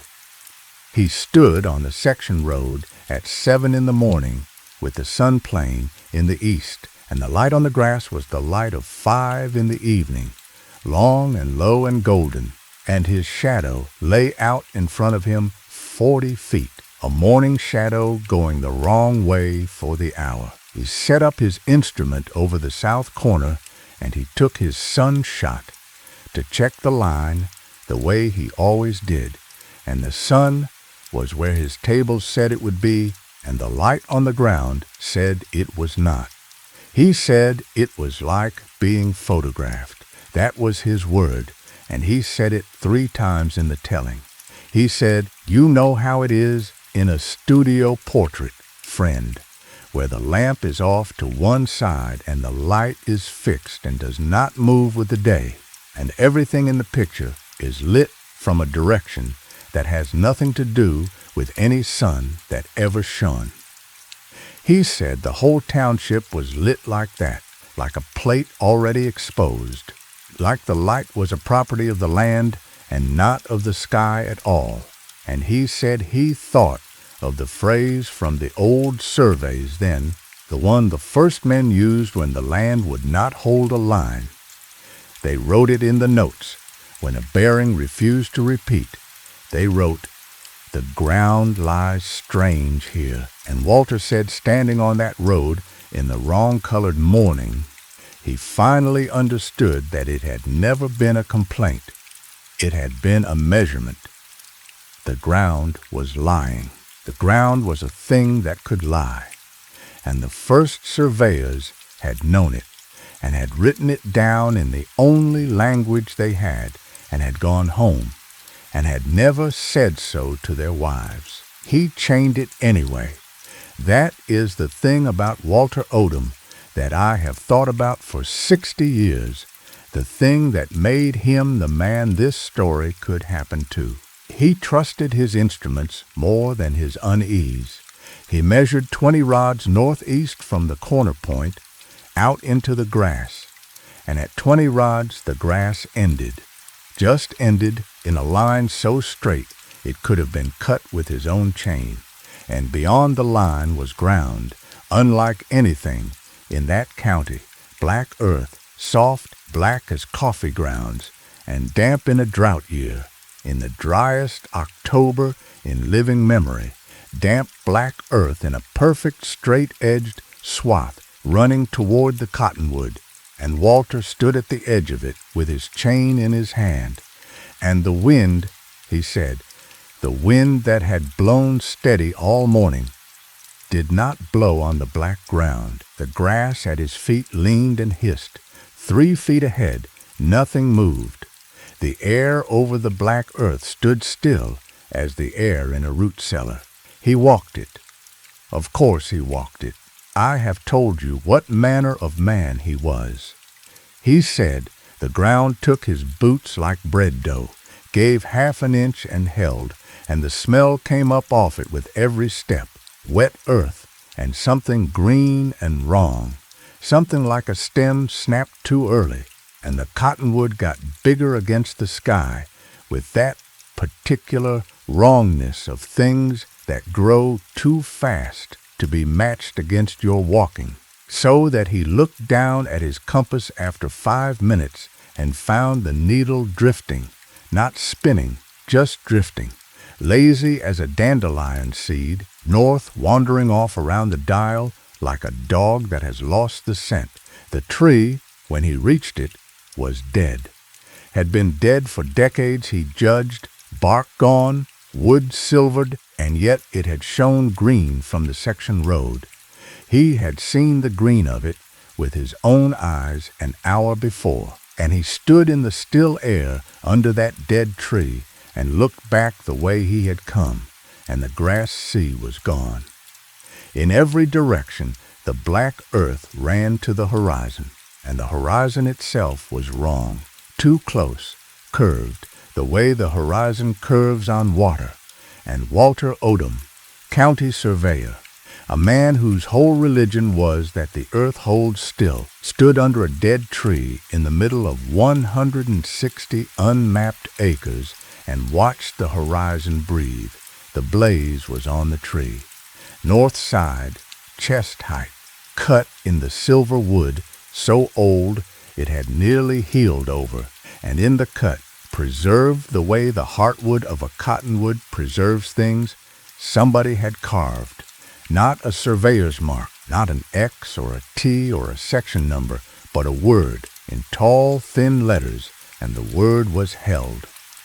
And Walter told me he laughed, standing there, a short bark of a laugh with no humor in it, because he thought of Purvis and the folder, and Griggs in 1911 writing nothing but the word held, and he understood that Griggs had stood in this same spot, on this same black ground, and read this same word, and gone home and quit the service, and never said why.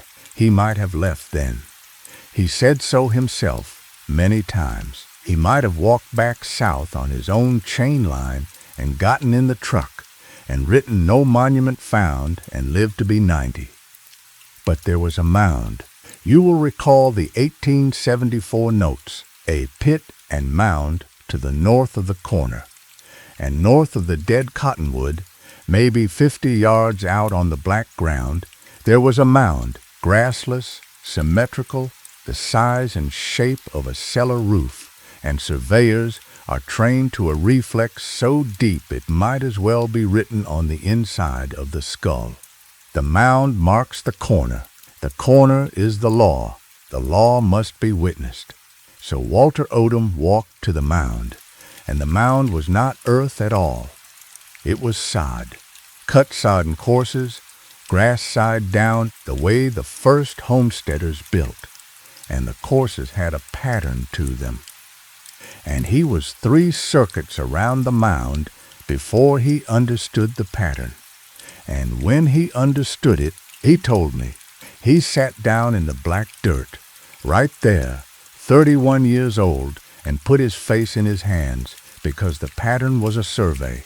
The whole mound was a plat map built in sod. Every sod brick was a parcel, every course a township line, and at the center of the mound, where a capstone would be, there was a limestone post, set true and level, and carved in the face of it was the 1874 corner mark, and below the corner mark, in the same tall, thin letters as the tree, were carved the words that Walter would see on the inside of his eyelids every night for the rest of his life. And the words were, "This parcel is occupied." He had his field book in his pocket. He told me he did what the training said, even then, even sitting in the black dirt with his compass drifting and the horizon breathing. He wrote it down. He wrote the inscription, and he wrote the bearing, and he opened the book to sketch the mound, and that was when he found the other pages. His field book, which had been new that morning, county issue, 100 pages, clean, was no longer clean. The back pages were filled, 20-odd pages, in a handwriting he knew, his own small, slanted surveyor's hand, but written in a pencil darker than any he carried, and the pages were surveys. Surveys of the 160 acres, dated, and the dates began in October of 1874 and ended in October of 1932, ended that very day, and every survey was the same survey, the same 160 acres, the same mound, the same tree, with one difference, and the difference was the name written in the occupant line at the head of each page, the line where a surveyor writes who holds the parcel. 1874, E. Callaway. 1890, a name Walter did not know. 1911, T. Griggs. And 1932, on the final page, dated that morning, in his own hand, in pencil darker than any he owned, W. Odom, and under the name, in the remarks line, where Griggs in 1911 had written his single word, held. The 1932 page was already filled in his own handwriting, and it said, held, until the next surveyor comes to measure what cannot be measured, and then it is his, as it was mine, as it was Callaway's, as it will be the next man's. 160 acres of the country that does not appear on the maps, because the maps are drawn for the living, and this parcel is occupied, and the rent is the survey. 1 survey per generation, payable on arrival. Walter told me he does not remember walking back to the truck. He remembers the sound the black ground made under his boots, a sound like a crowd of people chewing very softly, and he remembers that when he reached the grass line, the wind hit him like a wave, and his chain, which he had dragged behind him the whole way out of pure surveyor's reflex, came up out of the black earth, clean and dry, though the ground was damp as a grave, and the last link of it was warm. He drove back to the county seat, and he wrote his report, and the report said no monument found, and Purvis read it, and Walter watched him read it, and he told me the clerk's face did not change at all, not a flicker, and Purvis filed the report and said, same as Griggs, then, and that was all. That was every word the county of Greeley ever said to Walter Odom about the 160 acres, and the bank's auction went forward without the parcel, and the parcel remained as it had remained since 1874, on no map, on no tax roll, held. And Walter did one more thing that winter, before the end, and he told me about it in the last conversation we ever had, the two of us sitting in his room over my mother's kitchen with the snow coming down outside the window and his instruments in their box on the shelf. He said he had found Griggs. He said it the way you announce a death. He had written to every rooming house in Wichita with a letter that said only, "Seeking T. Griggs, surveyor, on a matter of county business," and in February a letter had come back, and it was not from Griggs. It was from the woman who kept the house, and she wrote that Mr. Griggs had rooms with her for 21 years, and that he was a quiet gentleman and paid regular, and that he had one peculiarity she had never been able to account for, which was that every October he took the train west and was gone a week, and came back gray, and would not say where he had been, and that he had died in her front parlor in the spring of 1931, sitting up, with his boots on, and his coat on, and his field book open on his knee. And Walter said he sat with that letter for a long time, doing the arithmetic a surveyor cannot help doing. And the arithmetic was this: Griggs had chained the parcel in 1911. Griggs had gone back every October for 20 years, not because he was sent, because the occupant line had his name in it, and a survey with your name in the occupant line is a thing you have to check on, the way you check on a grave, the way you check on a debt. And Walter said he understood then what the spring deaths meant, Hoyts and Callaways, and the one that was coming for him. It was not the parcel that killed its surveyors. It was the going back. Every October the man went back to stand on the black ground and check that his name was still there. And every year the going cost him something, a year off the end, 2 years, a handful of years, until the spring came when there was nothing left to pay with. And Walter said, "I have been once. I will not go again." That is the whole of my plan, friend. The parcel can hold my name. It cannot make me read it. He might have lived with it. Men live with worse. But Walter had made the mistake of a thorough man, the mistake of writing it down, and a thing written down is a thing you can check, and Walter checked.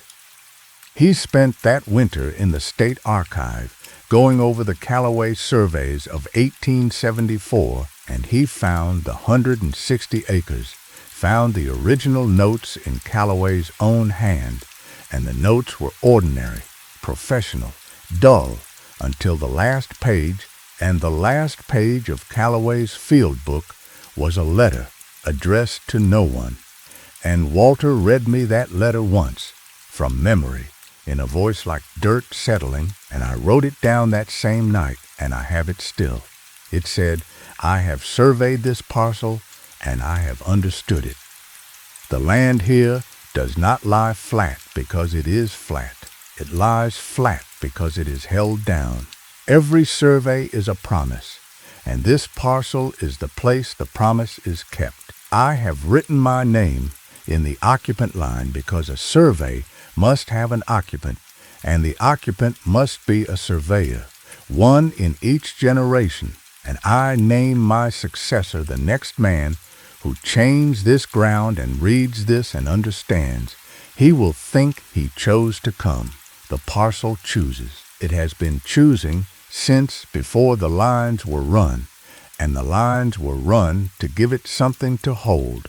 Walter told me he read that letter 3 times in the archive reading room, and then he did a thing that only a thorough man would do, a thing he said he has alternately thanked God for and cursed himself for ever since.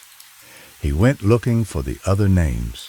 The occupant line had held 3 names across 58 years. Calloway, then a name he did not know, then Griggs, then his own, and the name he did not know was written A. Hoyt, 1890, and Walter spent the last of that winter's savings on railway fare and county records, and he found A. Hoyt. Amos Hoyt, deputy surveyor, contracted by the state in 1890 to resurvey the Greeley County lines. He found the man's file thin as a frost, and he found the end of the man in a single line in a Dodge City newspaper, a line Walter recited to me the way he recited everything by heart in the flat voice. Amos Hoyt, surveyor, was found dead in his room at the Midland House, April of 1891, a burst vessel in the brain, the paper said. He was 31 years old. He had resigned his contract the winter before and told the land office, the paper said, that Greeley County was finished, that there was nothing left in it to measure. And Walter sat across from me with his hands folded and said, "Do you see it, friend? Calloway surveyed it in 74 and was never heard from again. Hoyt chained it in 90 and was dead in the spring. Griggs chained it in 11 and quit the service and vanished into some boarding house of his own. And I chained it in 32. He said, the Parcel does not take its surveyors on the spot. That would be crude, and it is not crude. It is patient. It lets you go home. It lets you write it up. It lets you spend a winter learning what you are, and then in the spring, when the new grass comes, it sends the bill, a burst vessel. The surveyor's death, the doctor wrote on Walter's own certificate, a year later, the very words.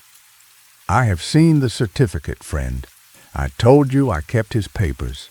A burst vessel in the brain, the same as Hoyt, the same, I would lay money, as Calloway, wherever the Lake of Years took him, and the same as whatever poor soul has held that occupant line since, one a generation, regular as the census. Walter Odom finished out the winter and resigned the service in April, and he died the following spring, as I told you at the start, and I will tell you how, because I am the one who found him, and that is how this story came to me.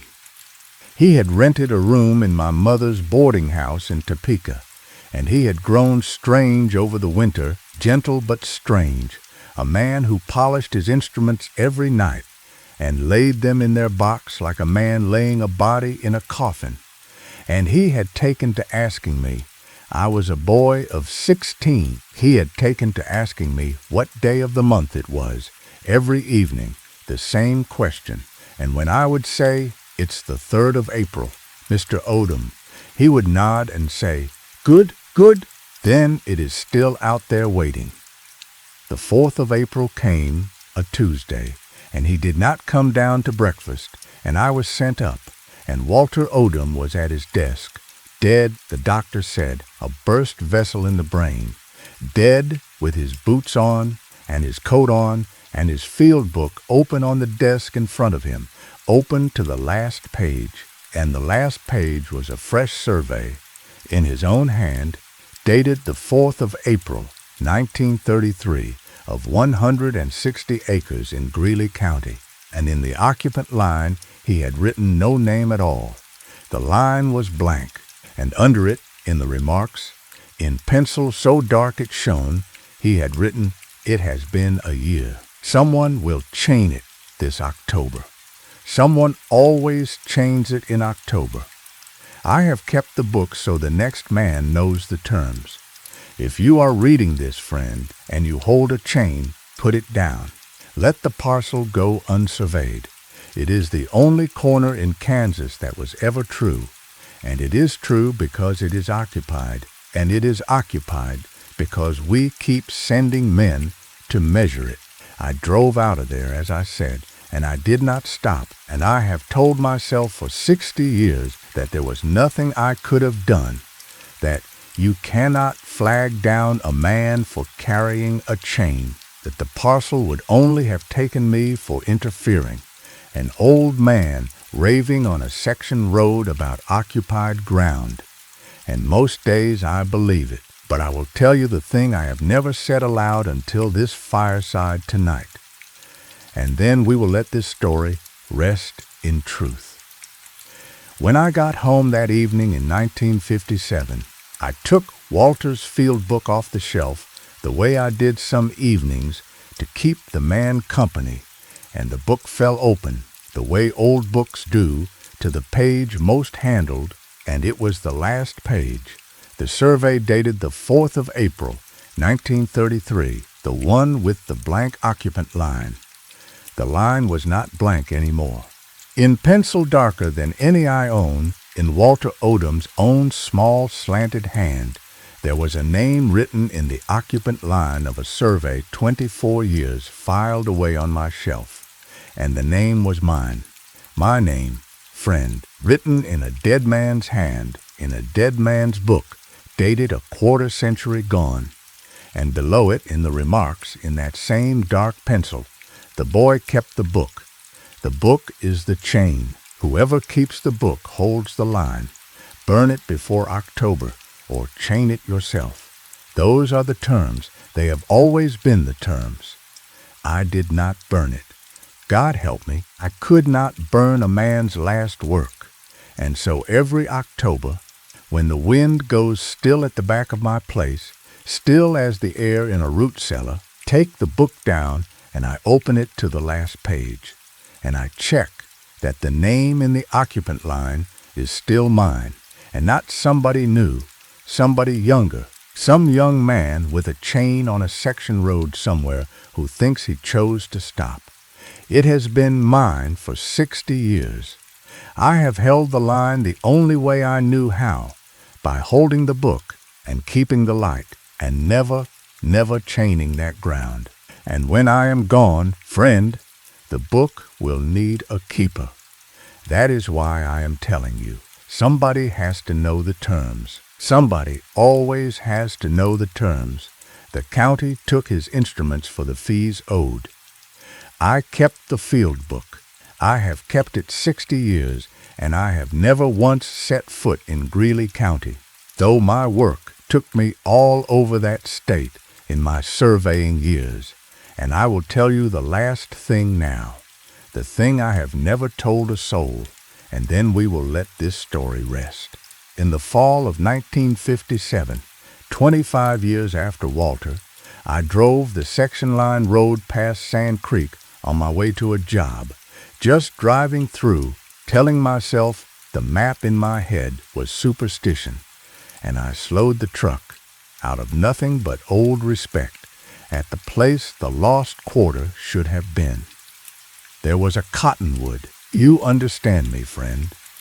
There was a green cottonwood in October in Dust Bowl country, standing where no creek ran, and a county truck was parked on the section line, new model, and out on the grass, maybe a quarter-mile north, a young man was walking with a surveyor's chain over his shoulder, walking steady and straight toward the tree, into the wind, into the still place where the wind stopped, and I did not stop the truck. God forgive me, I did not stop. I drove on, and I have wondered for 60 years what name got written in the occupant line that October, and I have never once looked it up, because I know the handwriting it would be written in. It would be written in mine. The book is on my shelf, friend. Some Octobers, very late, I hear the chain. 11 links to the minute. It is a patient sound. It is getting nearer. Story 4. I heard this told at a diner in Kentucky one October. The teller wouldn't give his name, and when you have heard the whole of it, you will understand that the name was the one thing he could not give, because the name was the thing the story was about.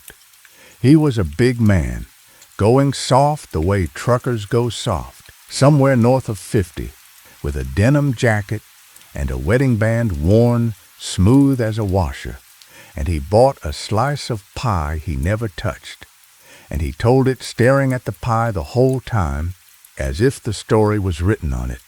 For the telling, I will call him Dale. It was not his name. He made that plain. He said, "Call me Dale, that's not my name. My name is the part I can't give you." And I said that was fine, and he told it, and I will give it to you the way he gave it to me, cleaned up only where the language would sour your sleep. It began, he said, on the 14th of March, a Thursday, at 11:40 at night, in the parking lot of a fuel stop on Interstate 40 in the Texas Panhandle, about 40 miles east of Amarillo, where he had pulled in to shower and to log his hours. And the detail that starts the story, the detail he said he has turned over 10,000 times since, is so small you could lose it between the seat cushions. He dropped his fuel card. Bending down to pick it up off the asphalt, he happened to look under the truck parked beside his, and there was a boot sticking out past the far tire, a work boot, toe up, with a man's leg in it, and Dale, who had driven 27 years and seen every kind of lot trouble there is, did what you do. He went around the back of the trailer to check on the man. There was no man. There was just the boot. One boot, standing upright on the asphalt between the trailer tires, laced warm, he said. He picked it up and it was warm, as if a foot had come out of it a half-second before, and it was his own boot, his own size, 12 wide, his own brand, the same model he was standing in, the same wear on the left heel where his own left heel wore. And he was holding it, turning it under the lot lights, when the door of the truck next to him opened above his head, and a man climbed down out of the cab, and the man was him. Now, Dale told me this part slowly, the way a man walks on ice, and I will give it to you slowly. He said it was not a resemblance. He said he has a brother, and the brother is a resemblance, and this was not that. This was him, his own face, his own gray in the beard, his own denim jacket with the tear at the cuff he had mended with fishing line the winter before, his own wedding band worn smooth, and the man looked at Dale holding the boot, and the man's face did a thing Dale said he will see on his deathbed, which is that the man's face did not change at all. No surprise, no fear. The man looked at Dale the way you look at your own reflection in a store window when you are checking if your cap is straight. Mildly, in passing. And the man said, in Dale's own voice, with Dale's own North Alabama in it, he said, "You want to watch that first boot, friend. You lose the first one easy. It's the second one that costs you."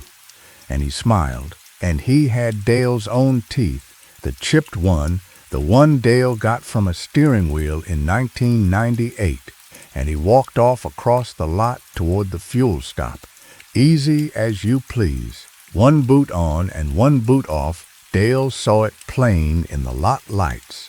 The left foot booted, the right foot in a gray sock, walking heel-toe on the cold March asphalt, and the sliding glass doors of the fuel stop opened for him and closed behind him, and Dale stood there between the trucks, holding a warm boot in his hand. He told me he did what any sane man does, which is that he built a reasonable explanation and he climbed inside it. Plenty of men wear that brand of boot. Plenty of big gray-bearded men in denim jackets drive that stretch of I-40. The face was a trick of sodium light. The lot lights at those big stops turn everybody into everybody's uncle. As for the voice, a man who has spent 27 years alone in a cab hears his own voice in the road noise anyway. Half the CB sounds like yourself on a tired night. He put the boot in his side box, locked it, went in, showered, ate, and did not look too hard at the other drivers in the restaurant. And by midnight, he had it mostly folded away. And he might have kept it folded away, he said, except for the log. You have to understand the log to understand the rest. So here it is plain. In those days, a driver logged his hours on an electronic box wired to the truck. Driving time, on-duty time, sleeper time, all of it recorded, all of it federal. Dale was religious about his log, the way deacons are religious about the collection plate, because the log is the thing that stands between a driver and the whole weight of the government. And that Friday morning, over coffee, he opened the log app on his phone to certify the day before, and the log was wrong. Not broken wrong, written wrong. It showed him driving from 11:52 Thursday night until 4:20 Friday morning, 4.5 hours, 261 miles east on I-40, while he knew for a fact, knew it the way you know your own wife's face, that he had spent those hours asleep in berth 3 of the paid parking row, with the receipt in his pocket to prove it. He called his dispatcher, a woman named Ray he had worked with for 9 years, and he told it as a glitch, played it light, and Ray said the boxes did that sometimes, lose signal, mirror another unit on the same account, she'd open a ticket. And then Ray said a thing that he said put the first real cold down his back. She said, "While I've got you, you sounded rough on the check call last night, around 2. Said you were making good time and the road was empty and you liked it that way. You feeling all right, honey?" And Dale said, "Ray, I didn't make a check call last night. I was asleep in a paid berth." And the line was quiet a moment, and Ray said, "Well, somebody with your voice did." He knew the truck number. He knew my mother's name, Dale. That's the security word on this account. Nobody knows that but you. The boot in his side box was gone when he checked it. Locked box, his own key, gone. The second sign came a week later, and it was smaller than the log, and Dale said the small ones were the ones that got into him deepest. He had a habit, 27 years old, keeping a butterscotch candy in the left cup holder. One, always exactly one, for the last hour of a long pull, and he would not let himself touch it before the last hour, and the discipline of it was one of the little rails his life ran on. On the morning after the second time the log showed night miles, he climbed into the cab at dawn, and the butterscotch was gone, and the wrapper was in the cup holder, twisted shut at both ends, twisted the way he twisted them, the way his daddy had twisted them. Not crumpled, never crumpled. Folded first, and then twisted. He sat there holding that little empty wrapper, and he told me he had the strangest thought, sitting in the cold dawn cab, and the thought was not who ate my candy. The thought was, whoever ate my candy has my daddy's hands. He said, "Friend, there are things about you that you have never told a living soul. Things so small you have never even told yourself them out loud, and the way you twist a candy wrapper is one of them. And when you find your own private signature on a thing you did not do, the world does not tilt all at once. It tilts 1 degree, just enough for everything to start sliding." And there were the calls home. And this part Dale told me with his eyes on the tabletop, because it was the part he was most ashamed of. And shame, friend, is the truest kind of memory. He had an ex-wife in Georgia, married 11 years, divorced 6, cordial.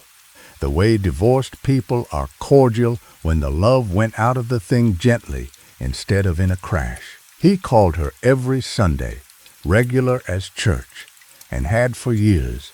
And on the second Sunday of April, she said, in the middle of ordinary talk, she said, "It was good to hear from you twice this week."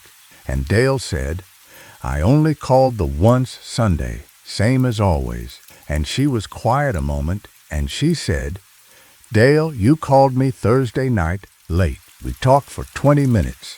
You told me about the sunrise over the painted desert. You told me you finally took a day and walked on the ocean." And Dale said, "Elaine, I have never in my life seen the ocean with time to walk on it. You know that. You know that was the whole trouble with us." And she said, "I know it. That's why I cried after we hung up. It was the kindest conversation we have had in 6 years." And then she said the thing that Dale said he would give 10 years of his life to unhear. She said, "Honey, if there's something wrong with you, some medicine, some spell of some kind, you can tell me. Because Thursday you sounded like the man I married, and tonight you sound like the man I divorced. Now I am going to give you the next part the way Dale gave it to me, quick and flat, because he told it quick and flat, like a man reciting damage. Over the following 5 weeks, the miles accumulated, not every night. 2-3 nights a week, always in the deep hours, always while the truck sat parked with him asleep in it, the log would show the unit rolling 100 miles, 200, east on I-40 one night, west the next, and once, the night of the 29th of March, a loop out 120 miles and back to the same lot, 4 hours and 6 minutes, arriving, the log said, at the same coordinates it had left, and the fuel card showed purchases. Diesel, always at the big stops, always between 1 and 4 in the morning, and twice a coffee and a slice of pie, apple, which was Dale's pie, which had been Dale's pie for 27 years. And the strange thing, the thing Dale said he held on to like a rail, was that the money always came back. The card got charged, and then, within a day, the charges reversed themselves. Everyone, no dispute filed, no explanation. The miles and the diesel and the pie bought and then unbought, as if whatever was driving his truck at night was careful with money. More careful than Dale was, he said. That was the detail that scared him worst, telling it to me. He said, "I've been a careless man with money all my life, friend. It was learning me, and it was improving me. Do you understand what I'm telling you? Whatever it was better at being me than I was, and it was polite enough to pay its own way." I asked him why he didn't go to the company or the law, and he gave a laugh with nothing in it, and he said, "And say what? That my log shows me driving while I sleep, and my fuel card buys my own favorite pie at 3 in the morning, and the charges reverse. They'd have had my license in a drawer and me in a drug program before the coffee cooled. No," he said, "I did the only thing a man like me knows how to do. I decided to stay awake and catch it. And this is the heart of the story, friend." And he leaned in over his cold pie to tell it, and I am leaning in now, all these years later, to give it to you. He picked his night, the 11th of April, a Wednesday, same fuel stop east of Amarillo where it started, because he had gotten it in his head that the thing was tied to that lot, the way a stray dog is tied to a porch. He parked in the far row, away from the lights. He drank coffee till his hands shook. He laid his fuel card and his log phone and his spare boot, his actual spare boot, from his own actual feet, in a row on the dashboard like an offering, he said, though he didn't know then that that was what he was doing. And he sat in the driver's seat of his own truck, in the dark, and he waited for himself to come. He said he must have slept, though he swore to the pie he never meant to, because the next thing he knew it was 1:50 in the morning and the truck was moving, not driving, not on the highway, idling, creeping, rolling slow through the dark lot with no lights, and his hands were not on the wheel, his hands were in his lap, and in the big chrome convex mirror on the passenger side, the mirror that shows you your own front wheel, he could see the cab door below him, and the door was opening, and a boot was coming down onto the step, a left boot, his boot, and he watched himself climb down out of his own cab in the mirror, and the figure in the mirror turned and looked up into the mirror at him, directly, as if it knew the mirror was where the watching was done, and it raised one hand and it wagged its finger at him, gently, the way you'd correct a child you were fond of, and Dale said, that was the moment he understood the thing that had been driving him around the panhandle for a month, had known he was awake the whole time, had perhaps arranged for him to be awake, the way you arrange a chair for company. He said the figure held his eye in the mirror for maybe 3 seconds, and in those 3 seconds Dale understood.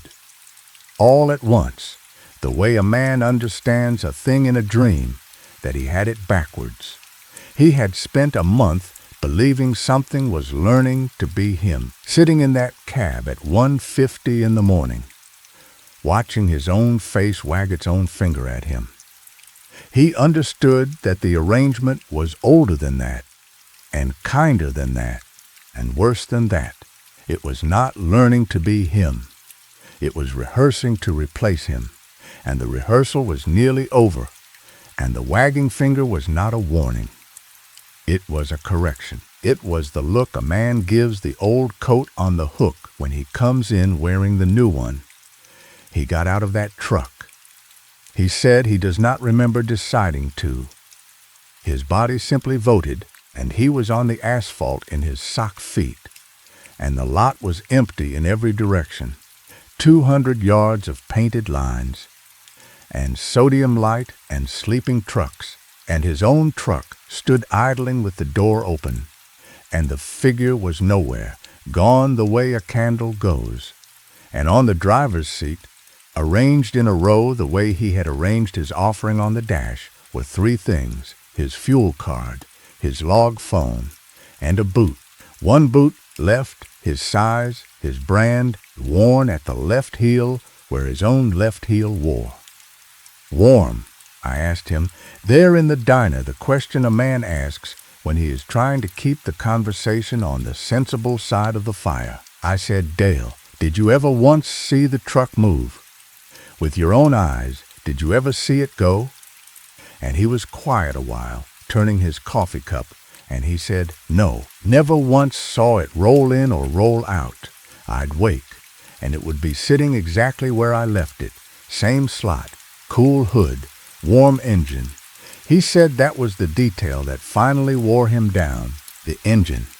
A truck that has run 200 miles through a March night has a hot block for hours after. You can feel the heat of it from a yard away, smell the oil cooking off. He would get up at dawn. After a night, the log said he had driven till 4, and he would lay his palm on the hood of that truck, and it would be stone cold, cold as the night, cold as if it had never turned a wheel, and he would stand there with his hand on that cold hood and think about the log saying 420 and the fuel card saying 211 gallons, and the charges reversing themselves, polite as you please. And he said, friend, I could have stood the truck being gone. A stolen truck is a thing a man understands. What I could not stand was a truck that went nowhere and came back from everywhere, because that meant it was never the truck that was traveling. He looked at me then, and he said, you follow me? It was never the truck that was going out at night. And I said, Dale, I follow you.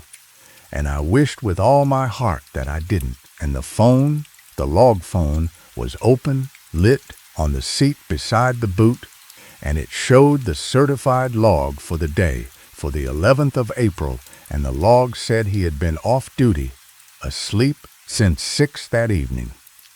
7 hours asleep in the berth, it said. Every box ticked, every signature in place, and the signature at the bottom, the certified signature, the one a driver scrawls with his finger on the glass, was his name, in his handwriting, better than his handwriting. The way his signature used to look in 1996, before his hand went stiff, and under the signature, in the remarks field, where a driver notes weather and delays, there were 4 words, and Dale said them to me over his cold pie in Kentucky with his eyes shut, and the 4 words were, "You lost the boot." He said he talked to the other driver eventually, and that is a part of the story I have kept to the side until now, because it is the part that changed it from a haunting, if you want to call it that, into something with a shape. It was at a rest area outside Fort Smith, late April, and Dale was walking the lot before bed the way he did, checking straps, walking off the road stiffness, and there was an old man sitting on a picnic table between the trucks, an owner-operator by the look of his rig, 70 if he was a day, with a little camp stove going and a tin cup, and the old man watched Dale walk past twice, and on the second pass he said, without any greeting, he said, "You got a shadow driver, son." Not a question.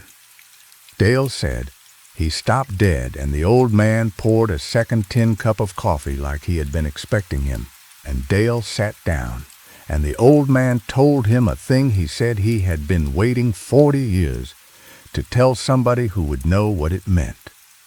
He said, it happens to the loners, the long-haul men with no co-driver, no dog, no picture on the dash, the men who talk to nobody at the fuel desk but the card machine. The road gets to knowing a man like that, he said. All those miles, all those nights, a man pours himself into the road a cup at a time and never notices the level dropping. And one night, the road has enough of you to pour back. He said it starts with a boot or a glove or a cap left on a pump. One thing. It always starts with one thing you lose without losing it. And the old man looked at Dale's feet, and Dale said he realized, with a cold that had nothing to do with April, that he had worn his boots laced loose that night, left one looser than the other, and he could not have said when the habit started. The old man said, "There is only one rule, son, and I am going to give it to you the way it was given to me, and you do with it what I did, which is keep it and pass it to the next man with the look. Never let it finish learning you. The day it drives your route, in your truck, on your log, in your voice, better than you, with your money and your manners and your mother's name, and you cannot name one thing it does wrong, one thing that is still yours and yours alone. That is the day you hang the keys up, because the truck only needs one of you, and it will keep the better one. It always keeps the better one." And Dale said he asked the old man what the one thing was, the thing that was still his own, the thing it could not learn, and the old man looked at him a long time. And he said, "That's the trouble, son. There was a thing. I am sure there was a thing. I have been sitting on this table 20 minutes trying to recall what it was." And Dale left him there, turning his tin cup, a man looking for the one loose thread of himself left on the whole interstate. And Dale said he does not know to this day whether the old man ever found it, or whether the old man was ever really looking, or whether, and here Dale stopped and turned his own cup a while, whether that old man was the one who got kept or the one who got let go, sitting out his retirement at a rest area outside Fort Smith, watching the loners walk the lot, waiting to see which one of them wore his left boot loose. He never drove that truck again. He cleaned out the cab the next morning in daylight, with other drivers around, and he told me the cab smelled wrong, smelled like a cab that had been lived in by a careful man, coffee and vinyl, and a ghost of the cheap pine air freshener he himself had used in the 90s and stopped buying years ago.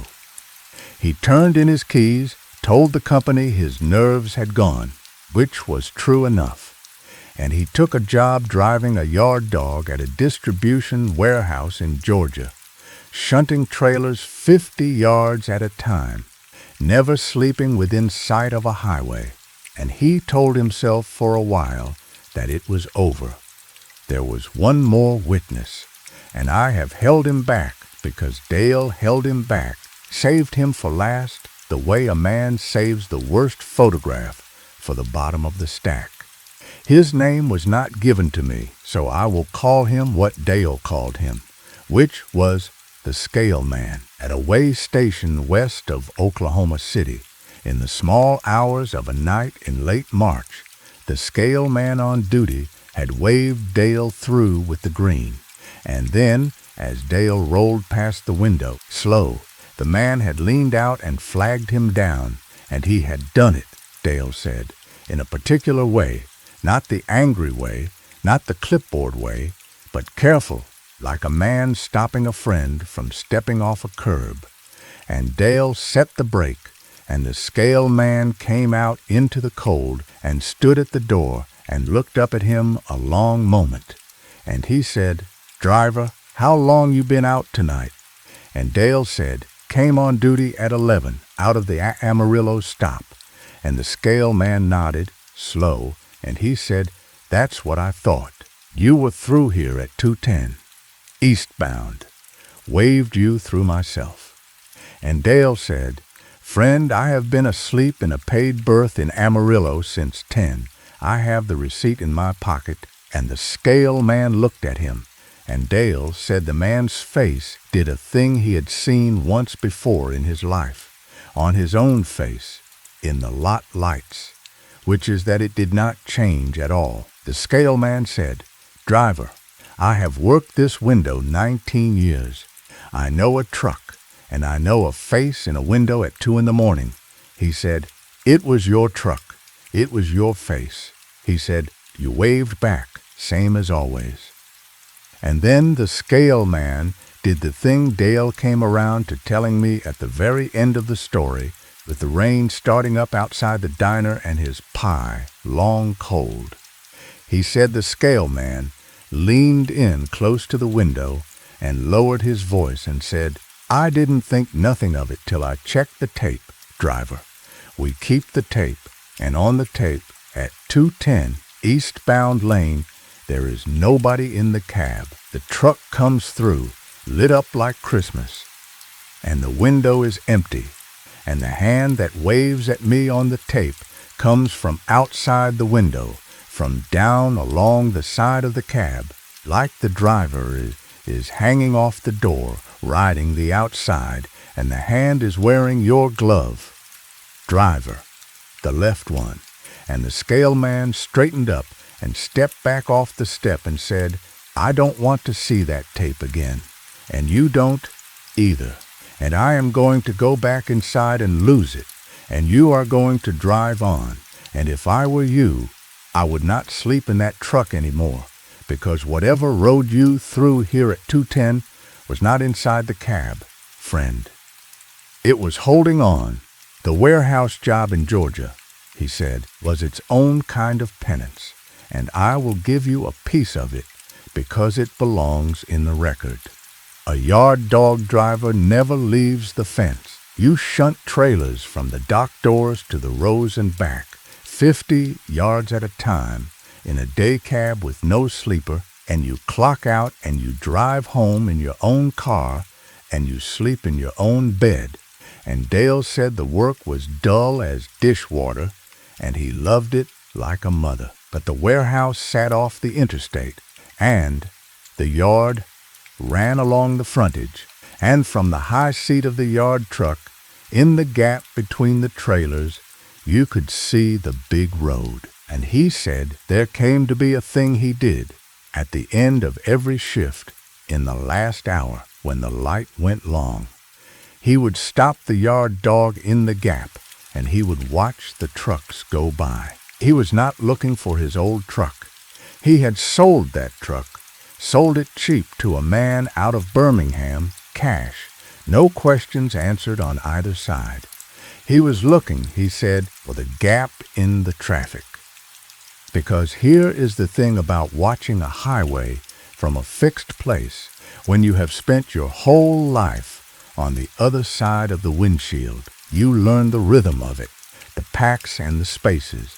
And he said that some evenings, just at full dark, there would come a space in the westbound lanes that was too clean, too long, a hole in the traffic the shape of a truck, with the cars ahead of it, pulling over a little, drifting right in their lanes without knowing they did it, the way a crowd parts for something it has not consciously seen.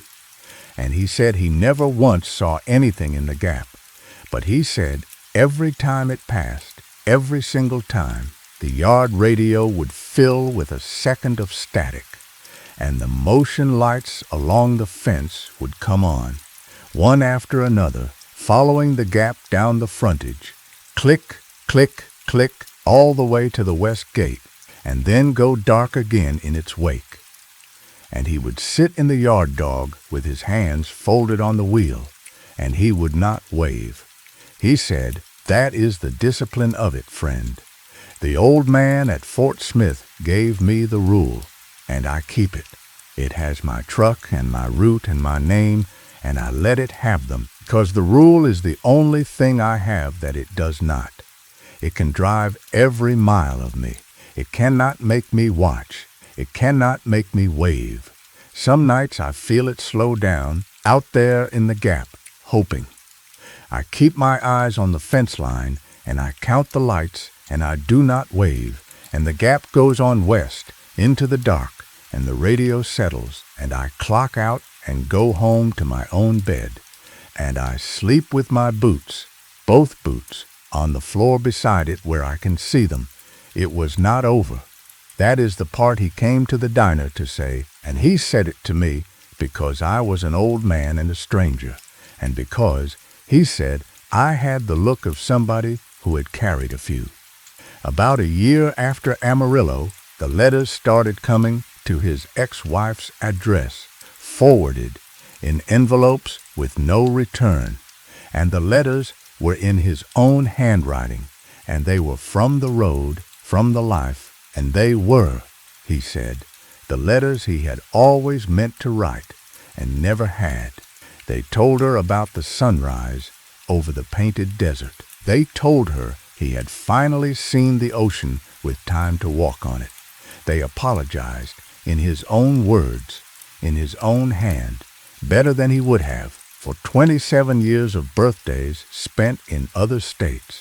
And each one was signed with his name, his real name, the one he would not give me, signed the way he used to sign it in 1996. The last letter came this past March. He had it in his jacket, there in the diner, and he let me read it, and I will give you the end of it, exactly as I remember, because I wrote it down in my notebook the moment I got home, the way a man writes down a license plate. It said, "The miles are good and the road is empty, and I like it that way. I have the truck now, and the log now, and the name now. And I want you to know I am careful with all three, more careful than you were, and I pay my own way. There is only one thing left of yours I do not have yet, and you know what it is, because you have known since the lot. You lose the first one easy. It is the second one that costs you. I am enclosing the first. Keep the porch light on for the second." There was a Polaroid in the envelope. Dale showed me that too, held it by the edges like evidence, and it was a photograph of a pair of boots under a truck, between the trailer tires, in sodium light, and one boot stood upright, laced, and the other was gone. Just a gray sock print in the dust beside it, and at the top of the photograph, above the trailer's underside, a slice of the lot was visible, and far across it, small but plain, stood a figure in a denim jacket with a mended cuff, facing the camera, and even at that distance, in that light, you could see he was smiling, and the smile had a chip in it. Dale paid for his pie and did not eat it, and I walked him out to the parking lot, and it was October, and raining a little, and I asked him the question you are asking now. Friend, the only question there is, I said, why tell me this? And he stood beside his car with the rain on his shoulders, and he said, because you're old and you ride alone, and you stop at fuel stops, and you look like the kind of man who would pick up a boot. And he got in his car, and then he rolled the window down and said the last thing, and I will give it to you, and then I will let this one rest. He said, a man at the warehouse in Georgia told me something before I left. He said, Dale, you ever notice you came to us walking? Said, the camera over the gate showed me walking in off the highway at 5 a.m, first day, carrying nothing. He said he remembered, because it struck him funny. He said, you had on one boot, and friend, I drove to that warehouse in my own car. I have the title. I remember driving. I remember it clear as rain. Only thing is, I have checked, and the car I remember driving is the car I drove out here tonight, and the title is in my name, and my name is the part I can't give you, because I read the letters, I read the handwriting, and I am no longer sure which of us has been doing the remembering.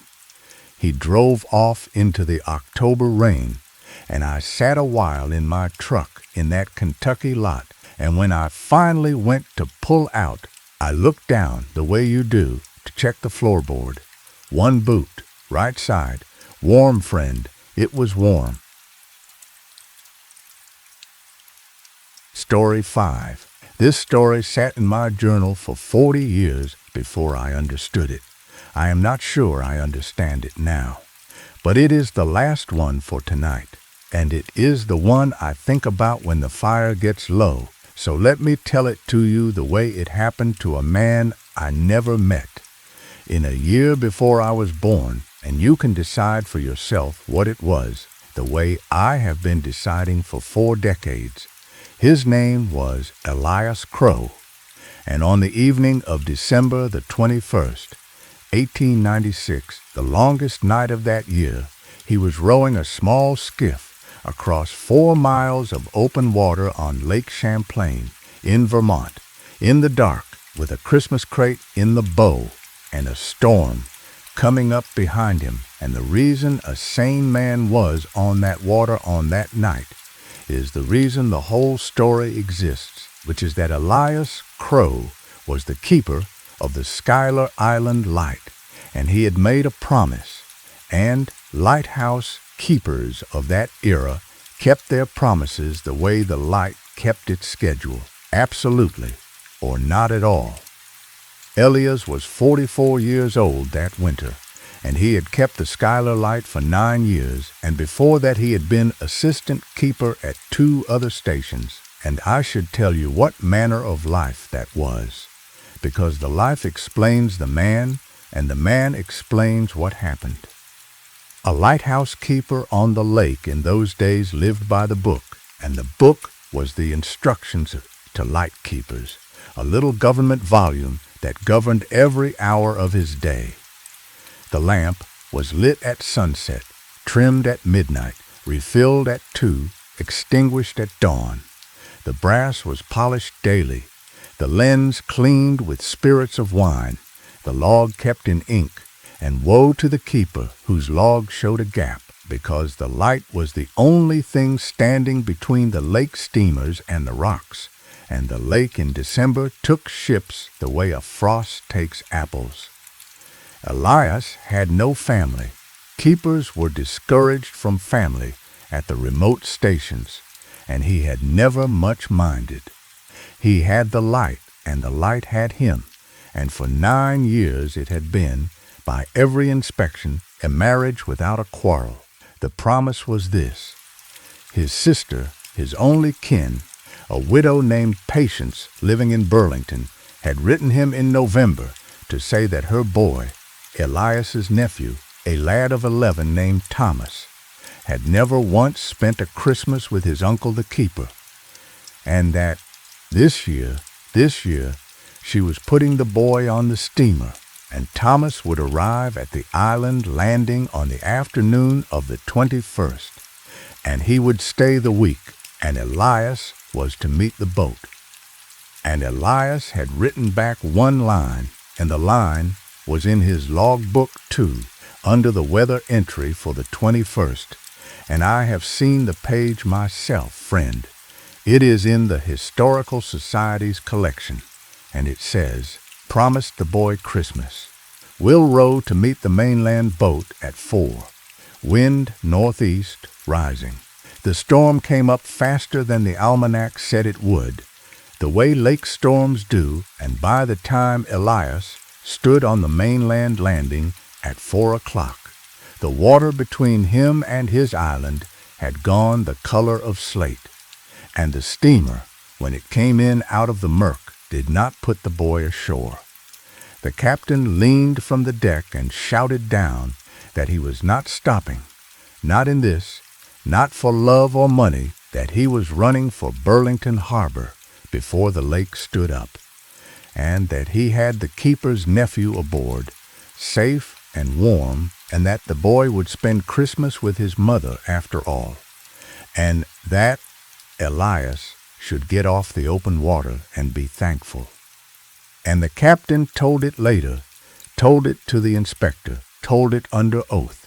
And this is where the story turns its face to you, friend, the captain said. Elias Crow stood on that landing in the first of the snow and thought about it for a long moment, and then he asked whether the boy was on deck, and the captain said he was, and Elias cupped his hands and shouted up to the small figure at the rail, shouted against the wind, and the words the captain swore to were these. He shouted, "Thomas, I'll keep the light, wave when you pass."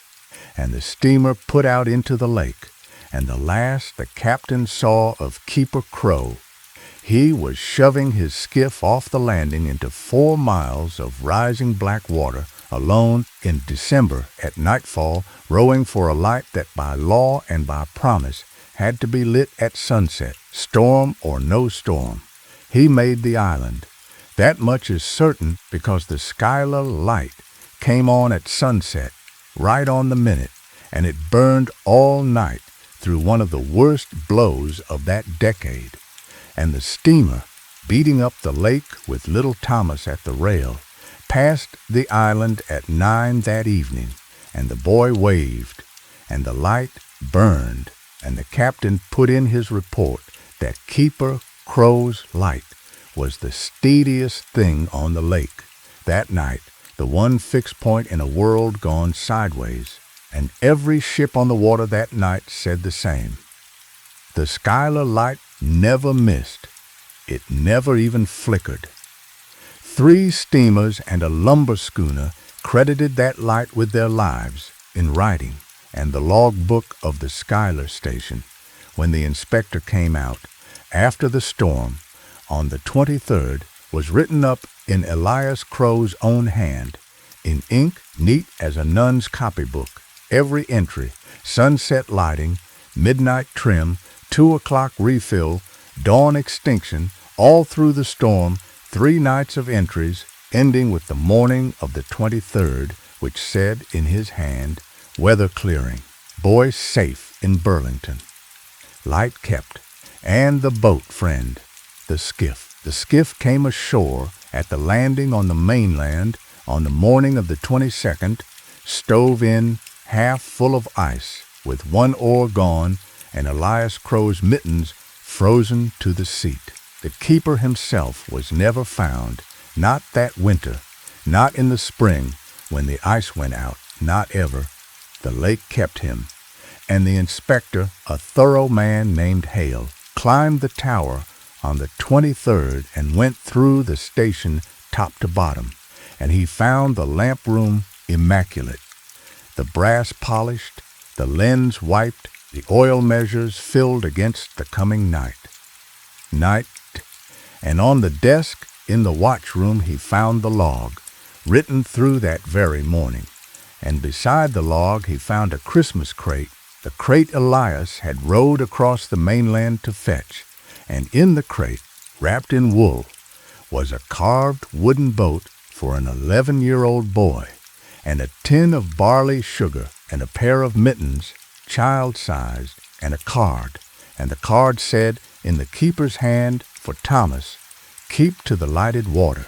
Now the service conducted its inquiry, and the inquiry was thorough, and its conclusions were this: Keeper Crow drowned on the night of the 21st attempting to return to his station, and some person unknown, some passing fisherman or wrecker, must have kept the light in his place, out of duty or mischief, and forged the log. That was the finding. It had to be the finding, because the alternative, the inspector wrote in a private letter that is also in the Historical Society's collection. The alternative is that a dead man trimmed that lamp at midnight, and I will not write that in a government report. But Hale was a thorough man, and thorough men write things down, and in the same private letter to his brother, he set down the things that would not fit in the finding, and I will give them to you now, because they are the true cargo of this story, and I have carried them 40 years. The oil. Hale measured the oil in the reservoir against the consumption tables, and the oil that had been burned across 3 storm nights, with the lamp running hard and the wick trimmed high for the weather, was 3 quarts more than the station had ever held. The lamp had burned more oil than existed on the island. He checked it 4 times. Second, the footprints. The snow on the gallery around the lamp room, the narrow iron walkway 120 feet above the rocks, held one set of prints, going round and round the lamp. Keeper's boots, size 11, Elias's size, and Hale followed them with his lantern, round and round, 3 nights' worth of circles pressed into 3 nights of snow, and he wrote to his brother that he counted the circuits, and then stopped counting, because the snow on that gallery had fallen fresh each night of the storm, and the prints in each night's layer were exactly the same prints, same stride, same wear on the left heel, as if the same circuit had been walked once, one time, and then simply repeated, the way the light itself repeated, flash an interval, and third, friend. Third, the boy, little Thomas, grew up, as boys do, and he grew up on the water. And he grew up on the water. And in 1911, 15 years after that December, he took the examination and entered the lighthouse service himself. And he asked for the Schuyler station, and they gave it to him, and he kept that light for 31 years. And he was, by every inspection, the finest keeper the lake ever had, and he never once, not once in 31 years, was the Schuyler light reported so much as a minute late. And every December, on the 21st, Keeper Thomas Crow, for that was his name too, Thomas Crow, did a thing that the lake folk marked and never spoke of much. He rode out at sunset, in any weather, 4 miles, and he was seen from shore standing on the gallery of his light, with the lamp burning behind him, facing the mainland, and the men on the mainland docks swore on their lives, some of them, that on the still years, the years when the night came down clear and cold, if you stood on the landing after full dark and watched that gallery through a glass, there were two figures up there in the lamplight going round and round with the slow patience of keepers, one tall and one tall, both in keepers' boots, both keeping the light, and the light on the 21st of December, every year for 31 years, burned, the old lake men said, a little whiter than the oil could account for, a little steadier than the mechanism allowed, the steadiest thing on the lake, the one fixed point in a world gone sideways. The lake men told another thing about Thomas, and it is the thing that sent me 40 years ago to the Historical Society in the first place. They said he wrote letters, not many and not often, but every December, a week or two before the 21st. A letter would go out from the Schuyler station in Thomas Crow's hand, addressed to his mother, Patience, in Burlington, who had been a widow since before the boy was born and who lived to be 91, and the letters were ordinary. The lake men said, because the postmaster's wife read the postcards and the envelopes were never sealed tight, and word gets around a small town the way water gets around a stone. The letters said things like, the ice is early this year. They said, do not send fruitcake, the mice are partial to it. They said, the light is in fine order, mother. I trimmed the lamp myself tonight, and here is the thing. The thing that made an old deckhand put down his coffee in a Burlington diner in 1972 and tell a younger stranger, who was me, about it in a voice gone flat. Patience Crow died in the fall of 1919. Buried her in the lakeside cemetery. The deckhand said, big stone, you can see it from the water. And the letters kept coming, regular as the light, every December for 22 more years. The postmaster's wife steamed one open once, the winter of 1930, because by then the whole town knew, and the not knowing was worse than the sin. It was a page about the ice and the mice and the order of the lamp.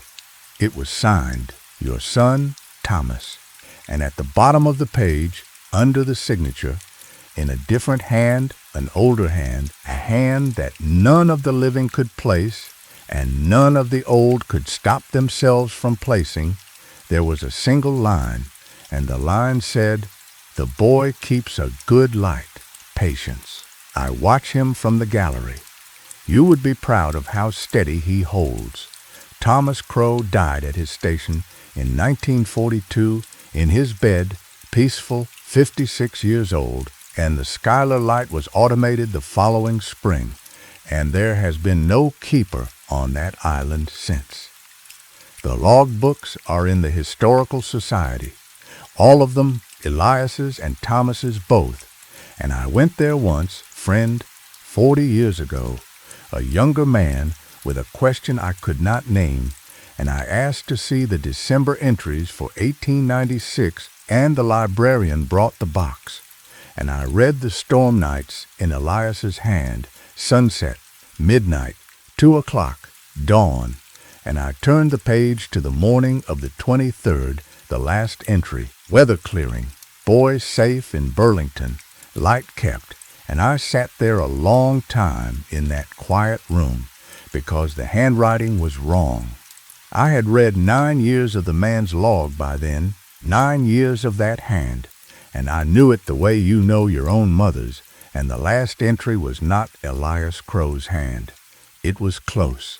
It was devotedly, lovingly close. But the hand that wrote weather clearing, boy safe, light kept, was a younger hand, a hand still learning itself, and it was the hand, I realized, with the Historical Society's own files laid out in front of me. It was the hand that would keep that same log in that same book's twin from 1911 to 1942. It was Thomas's hand, the 11-year-old boy on the steamer, writing in December of 1896 in a log book on an island he did not reach for 15 more years, with a certainty and a tenderness that no living soul has ever explained to me. Boy safe in Burlington, light kept. I said I went to the Historical Society, and I have given you what I found in the log books, but I have not told you what I found in the reading room itself, and it is the last card in my hand, so here it is. Chark. The librarian was an elderly woman, and she brought the boxes and left me to them, and I worked the whole afternoon, and the room emptied as the light went until it was only me and the boxes and the tall windows going blue. And when I finally stood to go, stiff from the chair, the librarian came over to collect the boxes, and she said a thing no librarian has ever said to me before or since. She said, "You are the second man to read those books this winter." And I said, "Is that so?" And she said, "Yes. The other gentleman was in December. He sat right where you are sitting. He read the December entries, same as you, and he cried," she said, very quietly. "An old man's crying, nothing to trouble anyone." And I said, "Did he leave a name?" And she looked at me with her head tipped, and she said, "He didn't need to sign the register, dear. He is in the books." She said, "His photograph is on the wall of the stairwell, with the other keepers, the ones who died in service. He had on a wool coat older than he was, and his boots," she said, "his boots were a keeper's boots, size 11, and the left heel was worn, and he walked round the reading room once before he left, one slow circuit, the way a man walks a gallery, and then he went out into the snow, and there was a ring of meltwater on my floor where he had stood, though it was 20 degrees, and the streets were dry as bone. And I will tell you the thing that happened to me myself on the water 40 years ago, because a story like this one should not end in an archive box. It should end where it lives, which is out on the lake on the longest night. It was the December after I read those log books, and I could not leave it alone, the way a man cannot leave a tooth alone. And so I did the foolish thing, the young man's thing. I borrowed a skiff, and on the 21st of December, at sunset, I rowed out towards Schuyler Island through the slush ice at the edges, with the light going down red over the water and the cold coming up off the lake like a breath. I told myself I only wanted to see the tower. The light had been automatic 25 years by then. There was no keeper, no house kept, nobody on that island but mice and winter birds, and I wanted understood that I was not afraid, rowing out. I was an educated man, a practical man, and the water was calm as a pond, and the light came on at sunset, right on the minute, the way it had every night of every year since 1887. And I rode into the ring, friend. I did not know it was a ring until I was inside it. The water went flat, all at once, flat as glass, flat as a table, in a ring maybe 40 yards wide around the old landing, and outside the ring the little December chop went on as usual, and inside it the water lay so still I could see the bottom stone 6 feet down, and my oars made no sound going in, none. The water closed over them like wool, and the light above me turned, slow, flash and interval, and as I sat there with my oars up, in the middle of that impossible calm, the light came around and passed over me, and I want to tell you it was warm. In December, on the water, the light passed over me like a hand passing over a child's hair, checking, and it slowed. I swear it before this fire The rotation slowed as it came across my boat, the way a man slows, walking past a window where somebody is sitting up late, and then it went on around, and the calm broke behind it. The ring let go of the water all at once, and the chop came back, and the cold came back, and I was just a young fool in a skiff on a winter lake again, with the light turning steady above me, minding its business, keeping its schedule. I did not land. I want that on the record. I turned the skiff and I rowed home with my arms shaking, and not from the rowing, and I have never been on that water on the 21st since, and I never will be again, because I understood out there in the ring of calm what the light had been doing when it slowed over my boat. It was not greeting me. It was reading me, the way hail was read in the lamp room, the way Thomas was read from a steamer rail. It was deciding, friend, in its slow, patient, faithful way, whether I was somebody who might one day need keeping, or somebody who might one day be asked to keep. And I have spent 40 years making sure I am neither. I sit by my fire, I tell the stories, and I keep the porch light off. I asked the old deckhand that day in the Burlington Diner in 1972 the question I had carried in all the way from the Historical Society. I said, "Why did the town never say anything?" 22 years of letters to a dead woman, a light that burned wrong, 2 figures on the gallery in December, and nobody wrote a letter of their own. Nobody called the service. Nobody put it in the paper. And the old man looked at me across his coffee for a long time, and he said, "Son, you are not from the water." I said I was not. He said, "Then I will tell you the rule of the lake towns, and it is the only rule that matters, and every town on that shore has kept it, since before there were lights to keep." He said, "You do not speak against the light. The light is the only thing standing between every family on that shore and the worst night of their that shore and the worst night of their lives. If the Schuyler light burns a little whiter than it should, you thank God for it. If there are 2 keepers on the gallery where there should be 1, or 1 where there should be none, you thank God for it. If letters go out of that tower to a woman in the ground, you buy your stamp and you mail your own and you mind your business, because the night may come, any December, when you are the one out on the black water with the ice coming over the bow, and the only thing between you and the rocks is a light that should not be burning, kept by hands that should not be warm." He finished his coffee, and he set the cup down gentle, and he said, "We did not keep quiet out of fear, son. We kept quiet out of gratitude.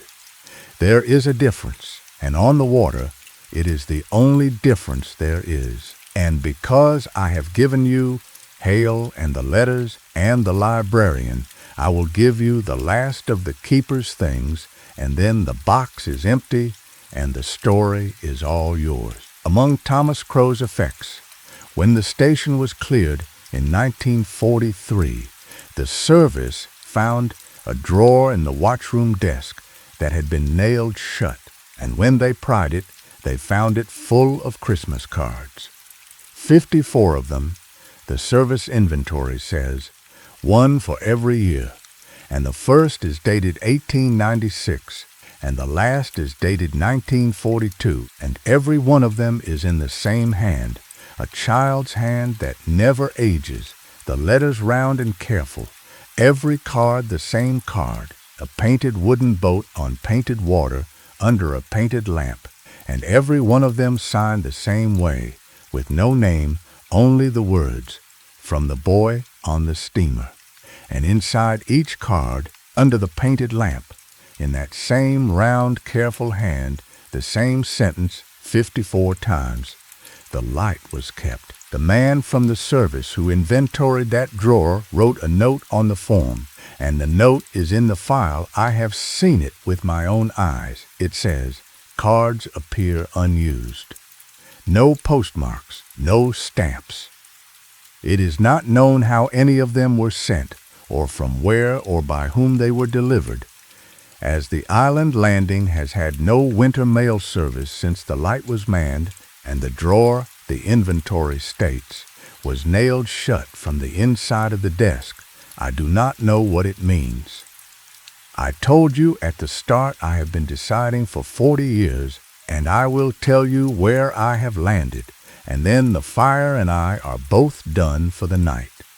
I think a promise is a kind of light. I think Elias Crow kept his the only way the lake left open to him, and I think the light he kept was burning long before he was born and burned still, somewhere, on the water, on the longest nights, and I think that is what a keeper is, friend. In the end, whether his tower is stone, or whether it is just a kitchen chair by a window with the porch light on, somebody has to stay up. Somebody has to trim the lamp at midnight. Somebody has to stand on the gallery in the storm and be the fixed point so that the ones out on the black water can see it and wave and know which way the lighted water runs. Keep to the lighted water, friend. That is the whole of my theology at my age on a rainy night. Somebody kept it for you. Keep it for somebody. Now, the fire's burned down to coals, and the rain has softened to that fine thread it spins at the deep of night, and old men and old fires keep the same hours. So I will say my piece and let you go. Thank you for sitting with me through all 5 of these tonight. Wherever you're listening from, whatever time it is there, I hope the room is warm and the door is locked and the dark outside is only dark. If you're still awake, rest your eyes now. The stories are done and nothing in them can follow you out of this room. And if you drifted off somewhere along the way, well, that is the finest compliment an old storyteller can be paid. I'll be here tomorrow night, same chair, same rain, keeping the light. Sleep well, friend. I've got the watch from here.